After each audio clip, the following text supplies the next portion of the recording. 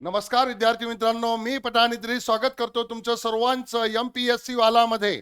विद्यार्थी मित्रांनो, आज आपण जे आपले काल 100 क्वेश्चन झाले त्या 100 क्वेश्चनच्या पुढे आपण या ठिकाणी आज बघणार आहोत. 101 नंबरच्या क्वेश्चन पासून या ठिकाणी आपण बघण्याचा प्रयत्न करणार आहोत. ओके, तर काल आपण महाराष्ट्राचा भूगोल बघत होतो. आजही महाराष्ट्राचा भूगोल या ठिकाणी आपण बघणार आहोत आणि महाराष्ट्राच्या भूगोल मधले महत्वाचे 100 क्वेश्चन या ठिकाणी आपण बघण्याचा प्रयत्न करणार आहोत आजच्या लेक्चर मध्ये सुद्धा. ओके, तर जास्त वेळ वाया न घालवता आपण सुरू करूया आजचा लेक्चर. आणि आजच्या लेक्चरचा या ठिकाणी पहिला प्रश्न क्रमांक 101 या ठिकाणी आहे. डॅश डॅश डॅश डॅश या जिल्ह्याची सीमा तेलंगणा व कर्नाटक राज्यांना लागून आहे. आपल्या महाराष्ट्रातील कोणता असा जिल्हा आहे ज्या जिल्ह्याची सीमा तेलंगणाला आणि त्याच्यानंतर कर्नाटक राज्याला लागून आहे? या प्रश्नाचं उत्तर जर मित्रांनो या ठिकाणी बघितलं तर नांदेड हा जिल्हा आहे. या नांदेड जिल्ह्याला तेलंगणाची सुद्धा सीमा लागलेली आहे आणि कर्नाटक राज्याची सुद्धा सीमा लागलेली आहे. तर तो कोणता जिल्हा आहे? नांदेड जिल्हा आहे. बघा, या ठिकाणी नकाशा जर आपण बघितला तर नकाशामध्ये तुम्हाला कळेल या ठिकाणी की हे बघा, या ठिकाणी आहे आपला नांदेड जिल्हा. हे याला मी या ठिकाणी लाल करत आहे, लाल बॉर्डर देत आहे. हे आहे नांदेड जिल्हा. ओके, नांदेड जिल्हा या ठिकाणी आहे तेलंगणा राज्य. आणि बघा, नांदेडचा थोडासा कोपरा या ठिकाणी आहे, याला या ठिकाणी कर्नाटक राज्याची सीमा या ठिकाणी लागलेली आपल्याला बघायला मिळेल. ओके, त्याच्यानंतर नांदेड या जिल्ह्याची तेलंगणा व कर्नाटक राज्यांना सीमा लागलेली आहे. गडचिरोली जिल्ह्याची तेलंगणा व छत्तीसगड राज्याला सीमा लागलेली आहे. गडचिरोलीची छत्तीसगड आणि त्याच्यानंतर तेलंगणा या राज्याला सीमा लागलेली आपल्याला बघायला मिळेल. त्याच्यानंतर लातूर आणि यवतमाळचा जर विचार केला, आपल्या ऑप्शन मध्ये लातूर आहे आणि यवतमाळ आहे. तर बघा, यवतमाळचा जर विचार केला तर या ठिकाणी यवतमाळ आहे. यवतमाळला फक्त आणि फक्त तेलंगणा नावाच्या जिल्ह्याची सीमा लागलेली आहे. हे बघा, या ठिकाणी यवतमाळची सीमा या ठिकाणी तेलंगणाला लागलेली आहे. आणि लातूरचा जर विचार केला आपण या ठिकाणी, ते बघा, या ठिकाणी लातूर आहे आणि लातूरची सीमा फक्त आणि फक्त कर्नाटक राज्याला लागून आहे. ओके, तर या पद्धतीने हे महत्वाचा भाग या ठिकाणी आहे. इथे जर आपण बघितलं तर गडचिरोली आहे. गडचिरोलीची सीमा तेलंगणाला लागून आहे. त्याच्यानंतर छत्तीसगडला लागून आहे. छत्तीसगडला या ठिकाणी लागून असलेली आपल्याला बघायला मिळेल. नांदेडची आपण आत्ताच बघितली, तेलंगणा अँड कर्नाटक या ठिकाणी सीमा लागलेली आहे. लातूरची सीमा फक्त आणि फक्त कर्नाटक या राज्याला लागून आहे. यवतमाळची सीमा फक्त आणि फक्त तेलंगणा नावाच्या राज्याला लागून आहे. ओके, तर हे या ठिकाणी आपल्याला बघायचं आहे. तर अशा पद्धतीने हा होता पहिला प्रश्न. दुसरा प्रश्न, तोरणमाळ या डोंगर रांगेची रचना उत्तरेकडून दक्षिणेकडे. तोरणमाळ नावाची डोंगर रांग आहे आपल्याकडे. या डोंगर रांगेची रचना उत्तरेकडून दक्षिणेकडे म्हणजेच वरून खाली, उत्तरेकडून दक्षिणेकडे म्हणजेच वरून खाली कशा स्वरूपाची आहे? अकराणी टेकड्या, काठी पठार, अस्तंबा डोंगर, काठी धडगाव पठार, अकराणी टेकड्या, अस्तंबा डोंगर, अकराणी टेकड्या, काठी धडगाव पठार, अकराणी टेकड्या, अस्तंबा डोंगर, काठी धडगाव पठार नेमकी कशी आहे या ठिकाणी? ओके, उत्तरेकडून दक्षिणेकडे तोरणमाळ डोंगर रांगेची रचना या ठिकाणी जर आपण बघितली तर याचं उत्तर येतो मित्रांनो पर्याय क्रमांक पहिला. अगोदर अकराणी टेकड्या येतात उत्तरेकडे, त्याच्यानंतर काठी धडगावचं पठार येतंय, त्याच्यानंतर अस्तंबा डोंगर या ठिकाणी येतंय. ओके, तर बघा, हे तोरणमाळ आहे. तोरणमाळची डोंगर रांग म्हणून ओळखत असलेल्या या डोंगर रांगेची रचना उत्तरेकडून दक्षिणेकडे अकराणी टेकड्या, काठी धडगाव पठार आणि अस्तंबा डोंगर अशा पद्धतीची आहे. अकराणी टेकड्याबद्दल जर बोलायचं झालं तर नर्मदा नदीच्या उपनद्या उदाई आणि खट यांनी विभाजित केलेल्या पश्चिमेकडील बाबा सिराज टेकड्या व पूर्वेकडे तोरणमाळचे पठार या मिळून अकराणी टेकड्या ओळखल्या जात असतात. तशा पद्धतीने अगोदर अकराणी टेकड्या लागतात उत्तरेकडे, त्याच्यानंतर अस्तंबा डोंगर या ठिकाणी लागतोय. अस्तंबा डोंगर हे सातपुडा पर्वतरांगेतील महाराष्ट्रातील सर्वात उंचीचं शिखर या ठिकाणी आपल्याला बघायला मिळेल. ओके, पुढचा प्रश्न, गरम पाण्याचे झरे आणि जिल्हा यांची विसंगत जोडी तुम्हाला ओळखायची आहे की कोणत्या जिल्ह्यामध्ये गरम पाणीचे हे आहे. तर यापैकी चुकीची जोडी तुम्हाला ओळखायची आहे. विसंगत या ठिकाणी असेल तर अशी जोडी तुम्हाला या ठिकाणी ओळखायची आहे. उनपदेव गरम पाण्याचे झरं जळगाव जिल्ह्यामध्ये, उनकेश्वर नांदेडमध्ये, त्याच्यानंतर उन्हावरे रत्नागिरीमध्ये. ओके, तर ह्याच्यामध्ये विसंगत जोडी एकही नाही. हे सुद्धा बरोबर आहे, हे सुद्धा बरोबर आहे, हे सुद्धा बरोबर आहे. म्हणजे याचं उत्तर येईल मित्रांनो पर्याय क्रमांक 4, विसंगत एकही नाही. ओके, तर हे काही गरम पाण्याचे झरे आहे महाराष्ट्रातील, गरम पाण्याचे झरे. तर हे आपल्याला या ठिकाणी माहिती असणं गरजेचं आहे. तर उनपदेव म्हणून आहे जळगाव जिल्ह्यामध्ये, जळगाव जिल्हा म्हणजेच खानदेशमध्ये. सुनपदेव आहे, उनपदेव सुनपदेव दोन्हीच्या दोन्ही जळगाव मध्ये या ठिकाणी आपल्याला बघायला मिळेल. कडे आहे रायगड जिल्ह्यामध्ये, रायगड म्हणजे आपला कोकण. त्याच्यानंतर सौ नावाचं गरम पाण्याचं झरं आहे, हे सुद्धा रायगड मध्ये या ठिकाणी आपल्याला बघायला मिळेल. राजापूर, राजापूर या ठिकाणी खाडी पण आहे, राजापुरी खोबरा पण असतोय. राजापूर रत्नागिरीमध्ये आहे, इथे गरम पाण्याचे झरे आपल्याला बघायला मिळेल. उनकेश्वर नांदेडमध्ये आहे, मराठवाडा. ओके, त्याच्यानंतर उन्हावरे रत्नागिरीमध्ये आहे आणि गणेशपुरी ठाण्यामध्ये आहे. हे काही महत्वाचे गरम पाण्याचे झरे आपल्या महाराष्ट्रातील आहे, त्याच्यामुळे हे लक्षात ठेवायचे आहे. चला पुढे जाऊया आपण. नवीकरणीय ऊर्जेच्या स्थापित क्षमतेनुसार, नवीकरणीय ऊर्जेच्या स्थापित क्षमतेनुसार महाराष्ट्र राज्य देशात कोणत्या क्रमांकावरती आहे? नवीकरणीय ऊर्जेच्या स्थापित क्षमतेनुसार तर महान असा आपला महाराष्ट्र आपल्या अख्ख्या भारतामध्ये 5व्या क्रमांकावरती आहे. कितव्या क्रमांकावरती आहे? 5व्या क्रमांकावरती आहे. तर नवीकरणीय ऊर्जेच्या स्थापित क्षमतेनुसार राजस्थान, गुजरात, तामिळनाडू आणि कर्नाटक यानंतर देशामध्ये 5वा क्रमांक लागतोय आपल्या महाराष्ट्राचा. हे जर आपण एका खाली एक लिहिलं तर सर्वात जास्त स्थापित क्षमतेनुसार पहिल्या क्रमांकाचं जो राज्य आहे त्या राज्याचं नाव आहे राजस्थान. दुसऱ्या क्रमांकाचं जे राज्य आहे त्या राज्याचं नाव आहे गुजरात. काय नाव आहे? गुजरात. तिसऱ्या क्रमांकाचा जो आहे त्याचं नाव आहे तामिळनाडू. ओके, त्याच्यानंतर चौथ्या क्रमांकाला आहे कर्नाटक आणि 5व्या क्रमांकाला येतोय महान असा आपला महाराष्ट्र. ओके, नवीकरणीय ऊर्जेची संभाव्य क्षमता 1,61,435 मेगावॅट असून स्थापित क्षमता 10.502 मेगावॅट आहे. ओके, अशा पद्धतीने जे आहे तर ही स्थापित क्षमतानुसार आपला महाराष्ट्र 5व्या क्रमांकावरती आहे. हे या ठिकाणी लक्षात ठेवायचं आहे. पुढे जाऊया आपण. हिंदू हृदय सम्राट, हिंदू हृदय सम्राट बाळासाहेब ठाकरे महाराष्ट्र समृद्धी महामार्ग महाराष्ट्राच्या विविध भागातून जाणार आहे. त्या संदर्भात अयोग्य जोडी ओळखायची आहे. हिंदू हृदय सम्राट बाळासाहेब ठाकरे महाराष्ट्र समृद्धी महामार्ग या प्रश्नावरती, या मुद्द्यावरती प्रश्न तयार होण्याची शक्यता दाट आहे. त्याच्यामुळे या ठिकाणी लक्षात ठेवायचं आहे. तर यामधले तुम्हाला चुकीची जोडी ओळखायची आहे की हा 10 जिल्ह्यातून जाणार आहे बुवा, तालुके 26 जे तालुक्यातून जाणार आहे बुवा, गाव 392 गावातून जाणार आहे बुवा. ओके, तर हे या ठिकाणी लक्षात ठेवायचं आहे. अयोग्य जोडी तुम्हाला ओळखायची आहे. यामध्ये जर अयोग्य जोडीबद्दल जर बघायचं झालं तर 10 जिल्ह्यातून जाणार आहे, हे बरोबर आहे, म्हणजे ही अयोग्य नाही. 26 तालुक्यातून जाणार आहे, हे जे 10 जिल्हे आहे हे 10 जिल्ह्यातील 26 तालुक्यातून जाणार आहे, म्हणजे हे सुद्धा बरोबर आहे. आणि या 10 जिल्ह्यातील 26 तालुक्यातील 392 गावातून जाणार आहे, म्हणजे हे तिन्हीच्या तिन्ही बरोबर असल्यामुळे याचं उत्तर येईल पर्याय क्रमांक 4 वरील पैकी एकही नाही जे अयोग्य आहे. म्हणून तर आपण समृद्धी महामार्ग हे अगोदर आपल्याला माहिती पाहिजे. नागपूर पासून हा मुंबईला जोडत आहे. याचं नाव आपण हिंदू हृदय सम्राट बाळासाहेब ठाकरे महाराष्ट्र समृद्धी महामार्ग अशा पद्धतीने ठेवलेला आहे. ओके, जवळपास 700 किलोमीटर लांबीचा हा 120 मीटर रुंदीचा मुंबई नागपूरला जोडणारा 8 पदरी द्रुतगती महामार्ग आहे. किती? 8 लेनचा या ठिकाणी आहे.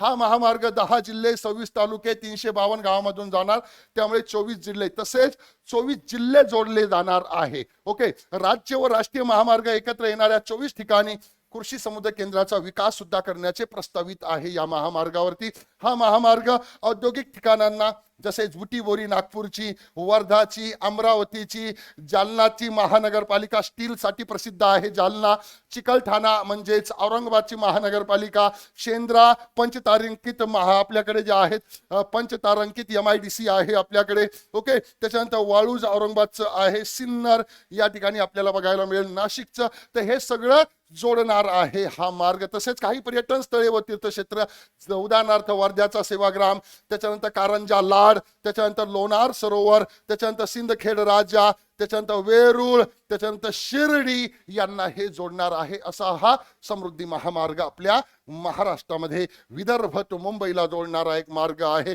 आणि ते जे मूळ 10 जिल्हे आहे ते 10 जिल्हे कोणते आहे बुवा, तर यामध्ये नागपूर आहे क्रमांक 1 ला, त्याच्यानंतर वर्धा आहे नंबर 2, त्याच्यानंतर अमरावती आहे नंबर 3, त्याच्यानंतर वाशिम आहे नंबर 4, त्याच्यानंतर बुलढाणा आहे नंबर 5.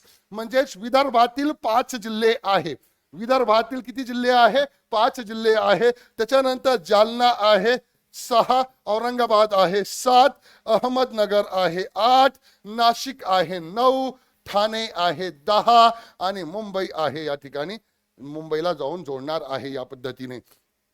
तर अशा पद्धतीने हे 10 जिल्ह्यातून जाणार आहे. ओके, तर हे या ठिकाणी लक्षात ठेवायचं आहे. पुढे जाऊया आपण. खालीलपैकी कोणती खाडी रत्नागिरी जिल्ह्यामध्ये येत नाही? रत्नागिरी जिल्ह्यामध्ये नसलेली खाडी आपल्याला या ठिकाणी बघायची आहे, जी रत्नागिरी जिल्ह्यामध्ये नाही बुवा. तर कोणती? जयगडची खाडी, अचरा खाडी, पूर्णगडची खाडी, जैतापूरची खाडी. ओके, जयगड, पूर्णगड, जैतापूर या रत्नागिरीमध्ये आहे. याचा अर्थ असा होतो की अचरा नाही रत्नागिरीमध्ये, तर अचरा आहे सिंधुदुर्ग.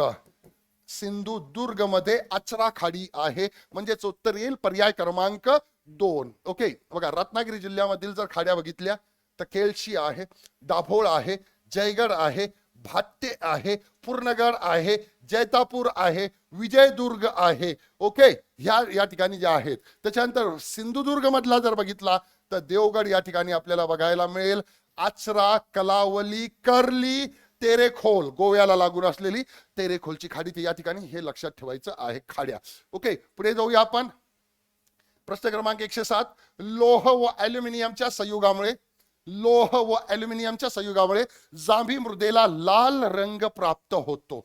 जांभी मृदेला लाल रंग प्राप्त होतो. ओके, महाराष्ट्रात उत्तर कोकणामध्ये रायगड व पालघर या 2 जिल्ह्यामध्ये ओके आढळून येते जांभी मृदा. ओके, त्यामधले 2 विधान तुमच्या समोर आहे. 2 पैकी एक या ठिकाणी जे आहे तर बरोबर आहे की दोन्ही बरोबर आहे? या ठिकाणी जर आपण बघितलं तर या ठिकाणी जे आहेत केवळ अ बरोबर आहे, हे उत्तर येईल याचं. लोह ॲल्युमिनियमच्या संयोगामुळे जांभी मृदेला लाल रंग प्राप्त होतो. दिस इज राईट. परंतु महाराष्ट्रामध्ये उत्तर कोकणामध्ये रायगड, पालघर या 2 जिल्ह्यात ही मृदा आढळून येत नाही. तर नेमकं कुठे आढळते? तर जांभी मृदा, ही जी जांभी मृदा आहे लोह व ॲल्युमिनियमच्या संयोगामुळे या मृदेला लाल रंग अथवा जांभा रंग प्राप्त होतो. महाराष्ट्रामध्ये दक्षिण कोकणामध्ये, तर ही कुठे आढळते? दक्षिण कोकणामध्ये या ठिकाणी आढळते. आणि या ठिकाणी पर्यायामध्ये उत्तर कोकण दिलेलं होतं. तर उत्तर कोकण नव्हे, दक्षिण कोकण, कोकणाच्या खालच्या भागाला या ठिकाणी ही आढळून येते. रत्नागिरी जिल्ह्यामध्ये व सिंधुदुर्ग या 2 जिल्ह्यामध्ये ही मृदा आपल्याला आढळून येते. फळ पिकांच्या दृष्टीने ही मृदा अधिक उपयोगी असते. म्हणूनच आपण बघतोय की रत्नागिरी, सिंधुदुर्ग मध्ये फळांचे पिकं खूप मोठ्या प्रमाणामध्ये घेतले जात असतात. हापूस, आंबा इकडे येत असतो. ओके, महाराष्ट्रात या मृदेतील काजू व आंबा ही फळ पिके महत्वाची आहे. काजू तुम्ही बघताय सिंधुदुर्ग आणि त्याच्या खाली गोव्यामध्ये सुद्धा काजूचं उत्पादन होतंय. आणि आंबा तर आपल्याला माहितीच आहे, रत्नागिरीचा हापूस, सिंधुदुर्गचा हापूस प्रसिद्ध आहे. ओके, तर हे या ठिकाणी येत असतात. कोणत्या आदिवासी जमातीचे रेला नृत्य हे महत्वाचे सामूहिक नृत्य आहे? आपल्या महाराष्ट्रामध्ये वेगवेगळ्या जिल्ह्यामध्ये वेगवेगळ्या प्रकारच्या आदिवासी जमाती राहत असतात आणि त्यांच्या रूढी, प्रथा, परंपरा, नृत्य, सण, उत्सव वेगवेगळे असतात. अशाच एका जमातीचं नृत्य आहे रेला नृत्य. ओके, तर हे कोणत्या जमातीचं आहे? तर ते आहे माडिया गोंड या जमातीचं. कोणत्या जमातीचं आहे? माडिया गोंड या जमातीचं हे या ठिकाणी आपल्याला बघायला मिळेल. माडिया गोंड, माडिया जमातीचे रेला नृत्य हे महत्वाचे सामूहिक नृत्य आहे. हे महाराष्ट्रातील गडचिरोली जिल्ह्यातील सुरजागड, भामरागड या भागातील जंगलात ही जमात आढळते आणि इकडेच नॅक्सलिस्ट जास्त आपल्याला बघायला मिळेल. नॅक्सलिस्ट इकडे जास्त आहे. ओके, शेतातील धान्याची कापणी झाल्यानंतर साजरा करण्यात येणारा मोवा पंडूप हा माडियांचा अत्यंत महत्वाचा सण आहे. या सणाच्या निमित्ताने ते रेला नृत्य या ठिकाणी करत असतात. ओके, तर या पद्धतीने रेला नृत्य आहे, सामूहिक नृत्य आहे, महिला पुरुष दोन्ही यामध्ये सहभागी होत असतात. ओके, तर या पद्धतीने हे जे फोटो दिसत आहे या पद्धतीने हा नृत्य आहे. पुढचा प्रश्न, अचूक पर्याय निवडायचा आहे. अचूक म्हणजे या ठिकाणी बरोबर, बरोबर पर्याय आपल्याला निवडायचा आहे. पुणे मेट्रो रेल्वे प्रकल्पाची लांबी 33.28 किलोमीटर असून यामध्ये 2 कॉरिडॉरचा समावेश आहे. Okay, corridor 1 Vanaz Ramwadi aqua line हा आहे. ओके, तर अशा पद्धतीचा हा एक महत्वाचा भाग आहे. यामध्ये नेमकं काय आहे ते आपण बघण्याचा प्रयत्न करूया. पुणे मेट्रो रेल्वे प्रकल्पाबद्दल ही माहिती आहे. ओके, तर याचं उत्तर येईल मित्रांनो, ए आणि बी दोन्ही बरोबर आहे. ए पण बरोबर आहे आणि बी सुद्धा या ठिकाणी बरोबर आहे. तर पुणे मेट्रो रेल्वे प्रकल्पाबद्दल जर बोलायचं झालं तर पुणे मेट्रो रेल्वे या प्रकल्पाची लांबी 33.28 किलोमीटर असून यामध्ये 2 कॉरिडॉरचा समावेश करण्यात आलेला आहे. कॉरिडॉर 1 जो आहे पिंपरी चिंचवड पासून निघणार स्वारगेट आणि पर्पल लाईन पर्यंत या ठिकाणी येणार आहे, जो 17.53 किलोमीटर अंतराचा या ठिकाणी आपल्याला बघायला मिळेल. ओके, त्याच्यानंतर कॉरिडॉर 2 जो आहे वनाज रामवाडी एक्वा लाईन हा आहे. वनाज रामवाडी एक्वा लाईन हा कॉरिडॉर 2 आहे. ओके, म्हणजेच आपण प्रश्नामध्ये जर या ठिकाणी बघितलं त्याचं उत्तर सुद्धा ए यायला पाहिजे. फक्त ए बरोबर आहे, फक्त ए बरोबर या ठिकाणी आहे. ओके, इथे उत्तर याचं जे आहे तर आपण 1 करून टाकूया. ए बरोबर आहे. दुसरं जो आहे ते कॉरिडॉर 2 आहे. त्या ठिकाणी कॉरिडॉर 1 लिहिलेले. कॉरिडॉर 1 पिंपरी चिंचवड स्वारगेट आणि पर्पल लाईन आहे. ओके, तर हा 15.75 किलोमीटर लांबीचा संपूर्णपणे उन्नत मार्ग असून त्यावर 16 स्थानके आहेत. या प्रकल्पाची अंदाजित किंमत जवळपास 11,420 कोटी आहे. 11,420 कोटी रुपयाचा हा प्रकल्प या ठिकाणी आपल्याला बघायला मिळेल. पुढचा प्रश्न, महाराष्ट्राचे क्षेत्रफळ डॅश डॅश असून क्षेत्रफळाच्या दृष्टीने भारतामध्ये महाराष्ट्राचा 3रा क्रमांक आहे. ओके, तर महाराष्ट्राच्या क्षेत्रफळावरती आपण या अगोदर पण प्रश्न घेतलेले आहे. 3,07,713 हे आपल्या महाराष्ट्राचं क्षेत्रफळ या ठिकाणी आहे. क्षेत्रफळाच्या दृष्टिकोनातून भारताचा जर विचार केला तर सर्वात मोठे राज्य राजस्थान आहे. त्याच्यानंतर 2ऱ्या क्रमांकाचं राज्य मध्य प्रदेश आहे. त्याच्यानंतर 3ऱ्या क्रमांकाचं राज्य महान असा आपला महाराष्ट्र आपल्याला या ठिकाणी बघायला मिळेल. त्याच्यामुळे हे या ठिकाणी आहे. पुढे मस्कोबा, मडोशी, मांढरदेव, यवतेश्वर या डोंगर रांगाचं नाव आहे. मस्कोबा डोंगर रांग, मडोशी डोंगर राव, मांढरदेव डोंगर रांग, यवतेश्वर डोंगर रांग या डोंगर रांगा पुढील पैकी कोणत्या जिल्ह्यामध्ये आहे? कोणत्या जिल्ह्यामध्ये या डोंगर रांगा आढळतात? ओके, चला येऊ द्या, पटकन उत्तर येऊ द्या. 1. ओके, सातारा जिल्ह्यामध्ये या ठिकाणी आपल्याला बघायला मिळेल. कुठे बघायला मिळेल? सातारा जिल्ह्यामध्ये ही डोंगर रांग आपल्याला बघायला मिळेल. सातारा मधल्या काही डोंगर रांगा आहे बघा. सीताबाई आहे, बामलोनी आहे, परळी आहे, आगाशिव आहे, मस्कोबा आहे, मडोशी आहे, मांढरदेव आहे, यवतेश्वर आहे, शंभू महादेव आहे. ओके, औरंगाबादचा जर विचार केला तर इकडे अजिंठा वेरूळ डोंगर रांगा आहे, चौक्या आहे, सूरपालनाथ डोंगर रांगा आहे. वर्धाचा जर विचार केला तर रावणदेव, गरमसूर, नांदगाव, मालेगाव या डोंगर रांगा आपल्याला बघायला मिळेल. उस्मानाबादचा जर विचार केला तर बालाघाट, नळदुर्ग, तुळजापूर या डोंगर रांगा आपल्याला बघायला मिळेल. ओके, तशा पद्धतीने हे काही महत्वाचा भाग या ठिकाणी होता. पुढे जाऊया आपण. महाराष्ट्रात आदिवासी भागात राबवण्यात येणाऱ्या नवसंजीवनी योजनामध्ये खालीलपैकी कोणत्या सुविधा पुरवल्या जातात? आरोग्य सेवेची उपलब्धता, शुद्ध पाणी पुरवठा, पुरेसा अन्नधान्य पुरवठा. तर याचं उत्तर या ठिकाणी येईल की नवसंजीवनी आहे, की आपल्याला संजीवनी द्यायची आहे बुवा, नवीन संजीवनी द्यायची आहे बुवा. म्हणजे यामध्ये आरोग्य पण आला, पाणी पुरवठा पण आला, पुरेसा अन्नधान्य पण आला. म्हणजे याचं उत्तर आहे पर्याय क्रमांक 4. वरील सर्व बरोबर आहे. तर ही नवी संजीवनी योजना नेमकी काय आहे हे आपण या ठिकाणी समजून घेण्याचा प्रयत्न करूया. राज्यामध्ये 16 जिल्ह्यातील 8,419 गावांच्या आपल्या महाराष्ट्र राज्यातील 16 जिल्ह्यातील 8,419 गावांच्या आदिवासी भागामध्ये नवसंजीवनी योजना राबवण्यात येत आहे. ओके, हे आदिवासींसाठी आहे, खास करून आदिवासी भागामध्ये ही राबवली जाते. या योजनेचा मुख्य उद्देश आहे आदिवासी लोकांच्या आरोग्याची स्थिती सुधारून त्यांचे उत्पादक जीवन वाढवणे आणि आदिवासी भागातील माता मृत्यू अर्भक मृत्यू कमी करणे हे याचा मुख्य उद्देश आहे. आणि यासाठी मग त्यांना चांगलं आरोग्य, चांगलं पाणी पुरवठा आणि चांगलं अन्नधान्याचा पुरवठा या अंतर्गत केला जाणार आहे. या योजनेमध्ये आरोग्य सेवेची उपलब्धता, शुद्ध पाणी पुरवठा, पोषक आहाराकरिता पुरेसा अन्नधान्य पुरवठा, बालकावर योग्य वेळेवर उपचार याची सुनिश्चिती या ठिकाणी केली जाणार आहे. ओके, यासाठी वेगवेगळे उपक्रम राबवले जातात. फॉर एक्झाम्पल फिरत्या वैद्यकीय पथकांच्या भेटी, दाई बैठका, मान्सून पूर्व प्रतिबंधात्मक उपाय, तीव्र कमी वजनाची आणि मध्यम तीव्र वजनाच्या बालकासाठी आहाराची तरतूद आणि पालकांच्या बुडीत मजुरीपोटी नुकसान भरपाई इत्यादी विविध उपक्रम या ठिकाणी राबवण्यात येतात या नवसंजीवनी योजनेमध्ये. पुढचा प्रश्न आहे अचूक जोड्या ओळखा. या ठिकाणी जे आहे तर टिपेश्वर, मेळघाट, तामणी, देऊळगाव, रेहकरी हे अभयारण्याची नावं आहे. कशाची नावं आहे?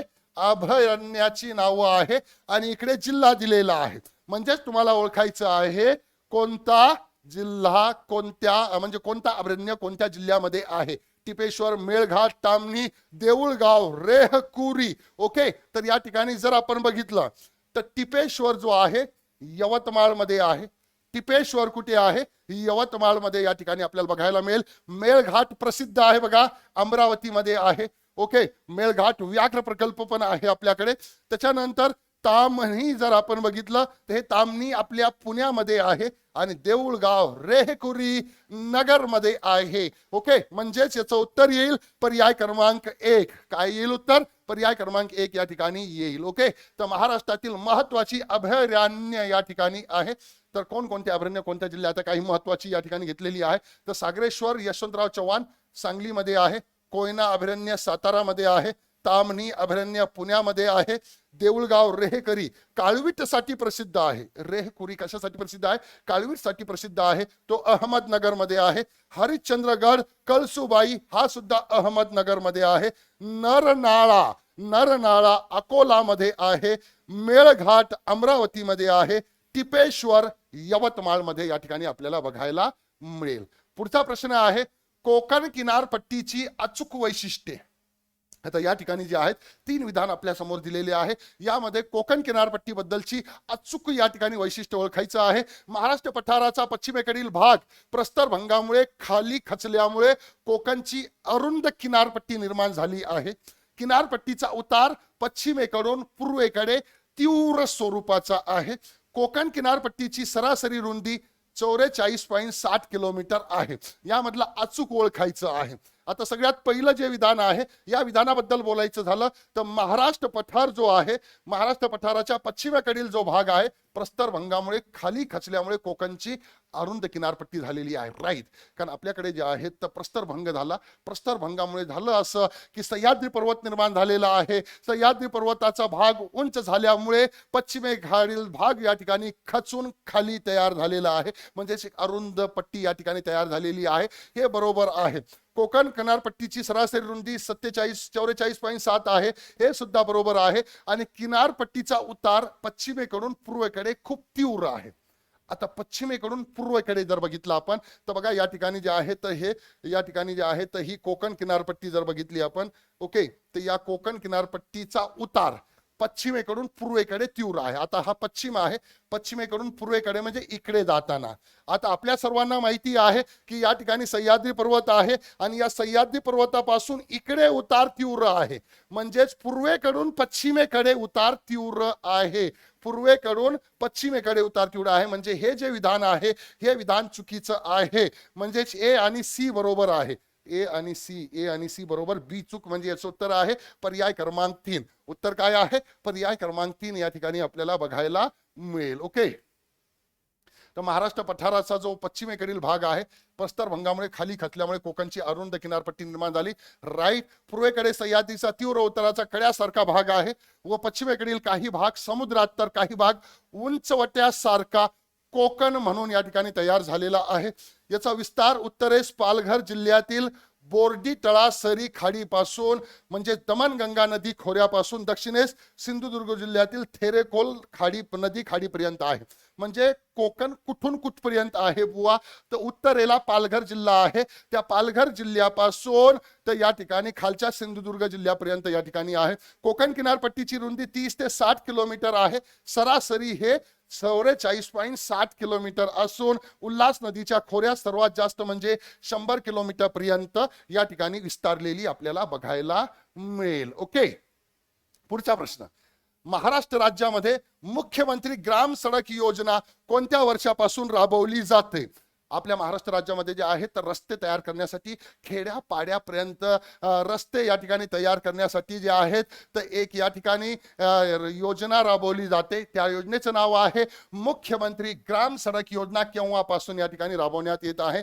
2000, 2001, 2005, 2006, 2010, 2011, 2015, 2016. याचं उत्तर आहे 2015, 2016 पासून ही राबवण्यात येत आहे. मुख्यमंत्री ग्राम सडक योजना असं या योजनेचं नाव आहे. प्रधानमंत्री ग्राम सडक योजनेत समाविष्ट नसलेल्या रस्त्यांनी न जोडलेल्या वस्त्यांना जोडणे व अस्तित्वात असलेल्या ग्रामीण रस्त्याची दर्जोन्नती करणे याकरता सन 2015-16 पासून राज्यात मुख्यमंत्री ग्राम सडक योजना राबवण्यात येत आहे. ओके, म्हणजेच या ठिकाणी जर आपण बघितला तर सोपा प्रश्न या ठिकाणी आहे हा. योजनेच्या सुरुवातीपासून माहे डिसेंबर 2022 पर्यंत 30,922 किलोमीटर लांबीच्या मंजूर रस्त्यापैकी 21,458 किलोमीटर लांबीच्या रस्त्याचे काम पूर्ण झाले असून यासाठी जवळपास 13,056 कोटी रुपये खर्च झाला आहे. अजून एक केंद्र सरकारची योजना आहे आपल्याकडे, ती केंद्र सरकारची योजना आहे प्रधानमंत्री ग्राम सडक योजना. तर या योजनेमध्ये समाविष्ट नसलेल्या रस्त्यांसाठी ही मुख्यमंत्री ग्राम सडक योजना आपल्याकडे सुरू करण्यात आलेली आहे. सन 2001 ते 2011 या दशकामध्ये डॅश डॅश डॅश डॅश लोकसंख्येची भर पडली आपल्या महाराष्ट्रामध्ये. ओके, सोपा प्रश्न आहे हा. 1.55 कोटी या ठिकाणी भर पडलेली आहे आपल्या महाराष्ट्रामध्ये लोकसंख्येची. कारण 2001 ते 11च्या दरम्यान 1,54,95,706. ओके, म्हणजेच आपण ढोबळ मानाने 1.55 कोटी याला म्हणू शकतो. 2001च्या अंतिम जनगणनेनुसार महाराष्ट्राची लोकसंख्या होती 9,68,78,627 आणि 2011च्या अंतिम जनगणनेनुसार महाराष्ट्राची लोकसंख्या आहे 11,23,74,333. म्हणजे कितीची भर पडली बुवा? 11,23,74,333. ओके, त्याच्यानंतर 9,68,78,627. ओके, 2023 मध्ये 2011 मध्ये जेवढी होती त्यातून 2021 ची लोकसंख्या मायनस केली की तुम्हाला हा आकडा या ठिकाणी मिळून जाईल. ओके, पुढील पैकी जागतिक वारसा स्थळ महाराष्ट्र राज्यात आहेत. महाराष्ट्रामध्ये जागतिक वारसा स्थळ युनेस्कोचे, कोणाचे? UNESCO, युनेस्कोने जाहीर केलेले जागतिक वारसा स्थळ महाराष्ट्रामध्ये नेमकं कुठं आहे? ओके, 19व्या शतकातील नव गॉथिक शैलीतील सार्वजनिक इमारती, याला आपण इथे असं मुंबई सुद्धा करू शकतो. त्याच्यानंतर 20व्या शतकातील आर्ट डेको इमारती, याला सुद्धा आपण मुंबई करू शकतो. ओके, छत्रपती शिवाजी महाराज टर्मिनल्स, याला सुद्धा आपण मुंबई करू शकतो. ओके, तर या 3 इथे दिलेले आहे. 3 पैकी पुढील जागतिक वारसा स्थळ महाराष्ट्र राज्यात आहे. तर यापैकी महाराष्ट्र राज्यात कोणते आहे बुवा? तर हे 3च्या 3 आहे. फक्त फरक एवढा आहे की हे जे 19व्या आणि 20व्या शतकातील ह्या ज्या इमारती आहे यांना एक सोबत देण्यात आला होता, एक जागतिक वारसा स्थळ देण्यात आला होता. जवळपास 15 ते 16 इमारती आहे मुंबईमध्ये, तर त्याला एक मिळाला होता आणि छत्रपती शिवाजी महाराज टर्मिनसला एक मिळालेला आहे. महाराष्ट्र राज्याचा जर विचार केला तर महाराष्ट्र राज्यामध्ये 6 असे ठिकाण आहे ज्याला जागतिक वारसा स्थळाचा दर्जा मिळालेला आहे. ओके, तर महाराष्ट्रामधील युनेस्कोची जागतिक वारसा स्थळे जर आपण या ठिकाणी बघितली तर त्यामध्ये 6 आहे. ते 6च्या 6 आपल्याला या ठिकाणी माहिती असणं गरजेचं आहे. नंबर 1 अजिंठा लेण्या. ओके, नंबर 1 अजिंठा लेण्या. नंबर 2 वेरूळ लेणी. नंबर 3 घारापुरीच्या लेण्या. घारापुरीच्या लेण्या, यालाच आपण एलिफंटा म्हणतोय. काय म्हणतोय? एलिफंटा म्हणतोय. Number 4 okay, Chhatrapati Shivaji Maharaj terminus Mumbai. Number 5 19व्या व 20व्या शतकातील, 20व्या शतकातील ओके, आर्ट डेको आणि नवगाथिक शैलीतील इमारती. आणि नंबर 6 आहे कासचे पठार, कासचे पठार. तर यांना युनेस्कोचा जागतिक वारसा स्थळाचा दर्जा मिळालेला आहे. पूर्ण भारताचा जर विचार केला मित्रांनो, तर पूर्ण भारत देशामध्ये 40 ठिकाण आहे. त्या 40 पैकी सर्वात जास्त कोणत्या राज्यात आहे बुवा, असा प्रश्न आला. त्याचं उत्तर महाराष्ट्र आहे. मग महाराष्ट्रात किती आहे? महाराष्ट्रात 6 या ठिकाणी आपल्याला बघायला मिळेल. ओके, महाराष्ट्रात चुनखडीचे भारताच्या एकूण उत्पादनापैकी डॅश डॅश डॅश डॅश टक्के उत्पादन होते. चुनखडी, चुनखडी जी आहे तर या चुनखडीचे उत्पादन किती होते? ओके, म्हणजे टोटल भारतामध्ये जेवढं उत्पादन होतं त्यापैकी महाराष्ट्रात चुनखडीचे उत्पादन किती होते? तर भारतामध्ये जेवढं उत्पादन होतं त्यापैकी 2% उत्पादन चुनखडीचे आपल्या महाराष्ट्रात होते. किती होते? 2%. महाराष्ट्रात चुनखडीचे भारतातील एकूण साठ्यापैकी 9% साठे आहे. भारतामध्ये जेवढे साठे आहे त्यापैकी 9% साठे आपल्या महाराष्ट्रात आहे व भारताच्या एकूण उत्पादनापैकी 2% उत्पादन महाराष्ट्रात होते. ओके, महाराष्ट्रातील एकूण साठे 1371 दशलक्ष टन आहे. महाराष्ट्रातील एकूण साठे किती आहे? 1371 दशलक्ष टन आहे. महाराष्ट्रात चुनखडीचे साठे प्रामुख्याने विंध्ययन खडकामध्ये आपल्याला आढळून येतात. ओके, पुढे सेंद्रिय शेती उत्पादनामध्ये अखिल भारतात महाराष्ट्र राज्य कोणत्या क्रमांकावरती आहे? सेंद्रिय शेती उत्पादनामध्ये, सेंद्रिय शेती उत्पादनामध्ये आपला महाराष्ट्र राज्य कितव्या क्रमांकावरती आहे? पहिल्या की दुसऱ्या की तिसऱ्या की चौथ्या? याचं उत्तर जर या ठिकाणी बघितलं मित्रांनो तर दुसऱ्या क्रमांकावरती आपला महाराष्ट्र आहे. सेंद्रिय शेती उत्पादनामध्ये अखिल भारतामध्ये मध्य प्रदेश नंतर पहिल्या क्रमांकावर कोण आहे? मध्य प्रदेश आहे. आणि दुसऱ्या क्रमांकावरती आहे महान असा आपला महाराष्ट्र. ओके, दुसऱ्या क्रमांकाला महाराष्ट्र आहे. ओके, अशा पद्धतीने हे या ठिकाणी लक्षात ठेवायचं आहे. अचूक विधाने ओळखा. या ठिकाणी जे आहे तर यातलं चुकीचं विधान तुम्हाला ओळखायचं आहे. महाराष्ट्र देशाच्या पूर्व मध्यम भागात वसलेला आहे. महाराष्ट्र देशाच्या पूर्व व मध्य भागात वसलेला आहे. महाराष्ट्राला अरबी समुद्राचा 750 किलोमीटर लांबीचा विस्तीर्ण समुद्र किनारा लाभला आहे. 750 किलोमीटर लांबीचा विस्तीर्ण. तसेच सह्याद्री व सातपुडा या पर्वतरांगाची नैसर्गिक तटबंदी सुद्धा लाभलेली आहे महान असे आपल्या महाराष्ट्राला. ओके, तर यातील अचूक, अचूक म्हणजेच काय? बरोबर असलेलं विधान तुम्हाला ओळखायचं आहे. बरोबर विधान या ठिकाणी ओळखायचं आहे. ओके, तर यामध्ये 720 किलोमीटरचा आपल्याला समुद्र किनारा लाभला आहे, म्हणजे हे विधान चुकीचं आहे. महाराष्ट्र देशाच्या पूर्व व मध्य भागात आहे असं म्हटलेलं आहे, तर हे सुद्धा या ठिकाणी चुकीचं आहे.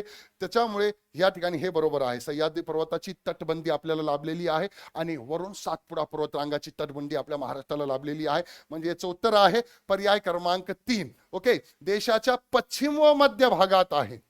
कुठे आहे? पश्चिम व मध्य भागामध्ये. पश्चिम व मध्य भागामध्ये आपला महाराष्ट्र आहे, पूर्वेकडे नव्हे.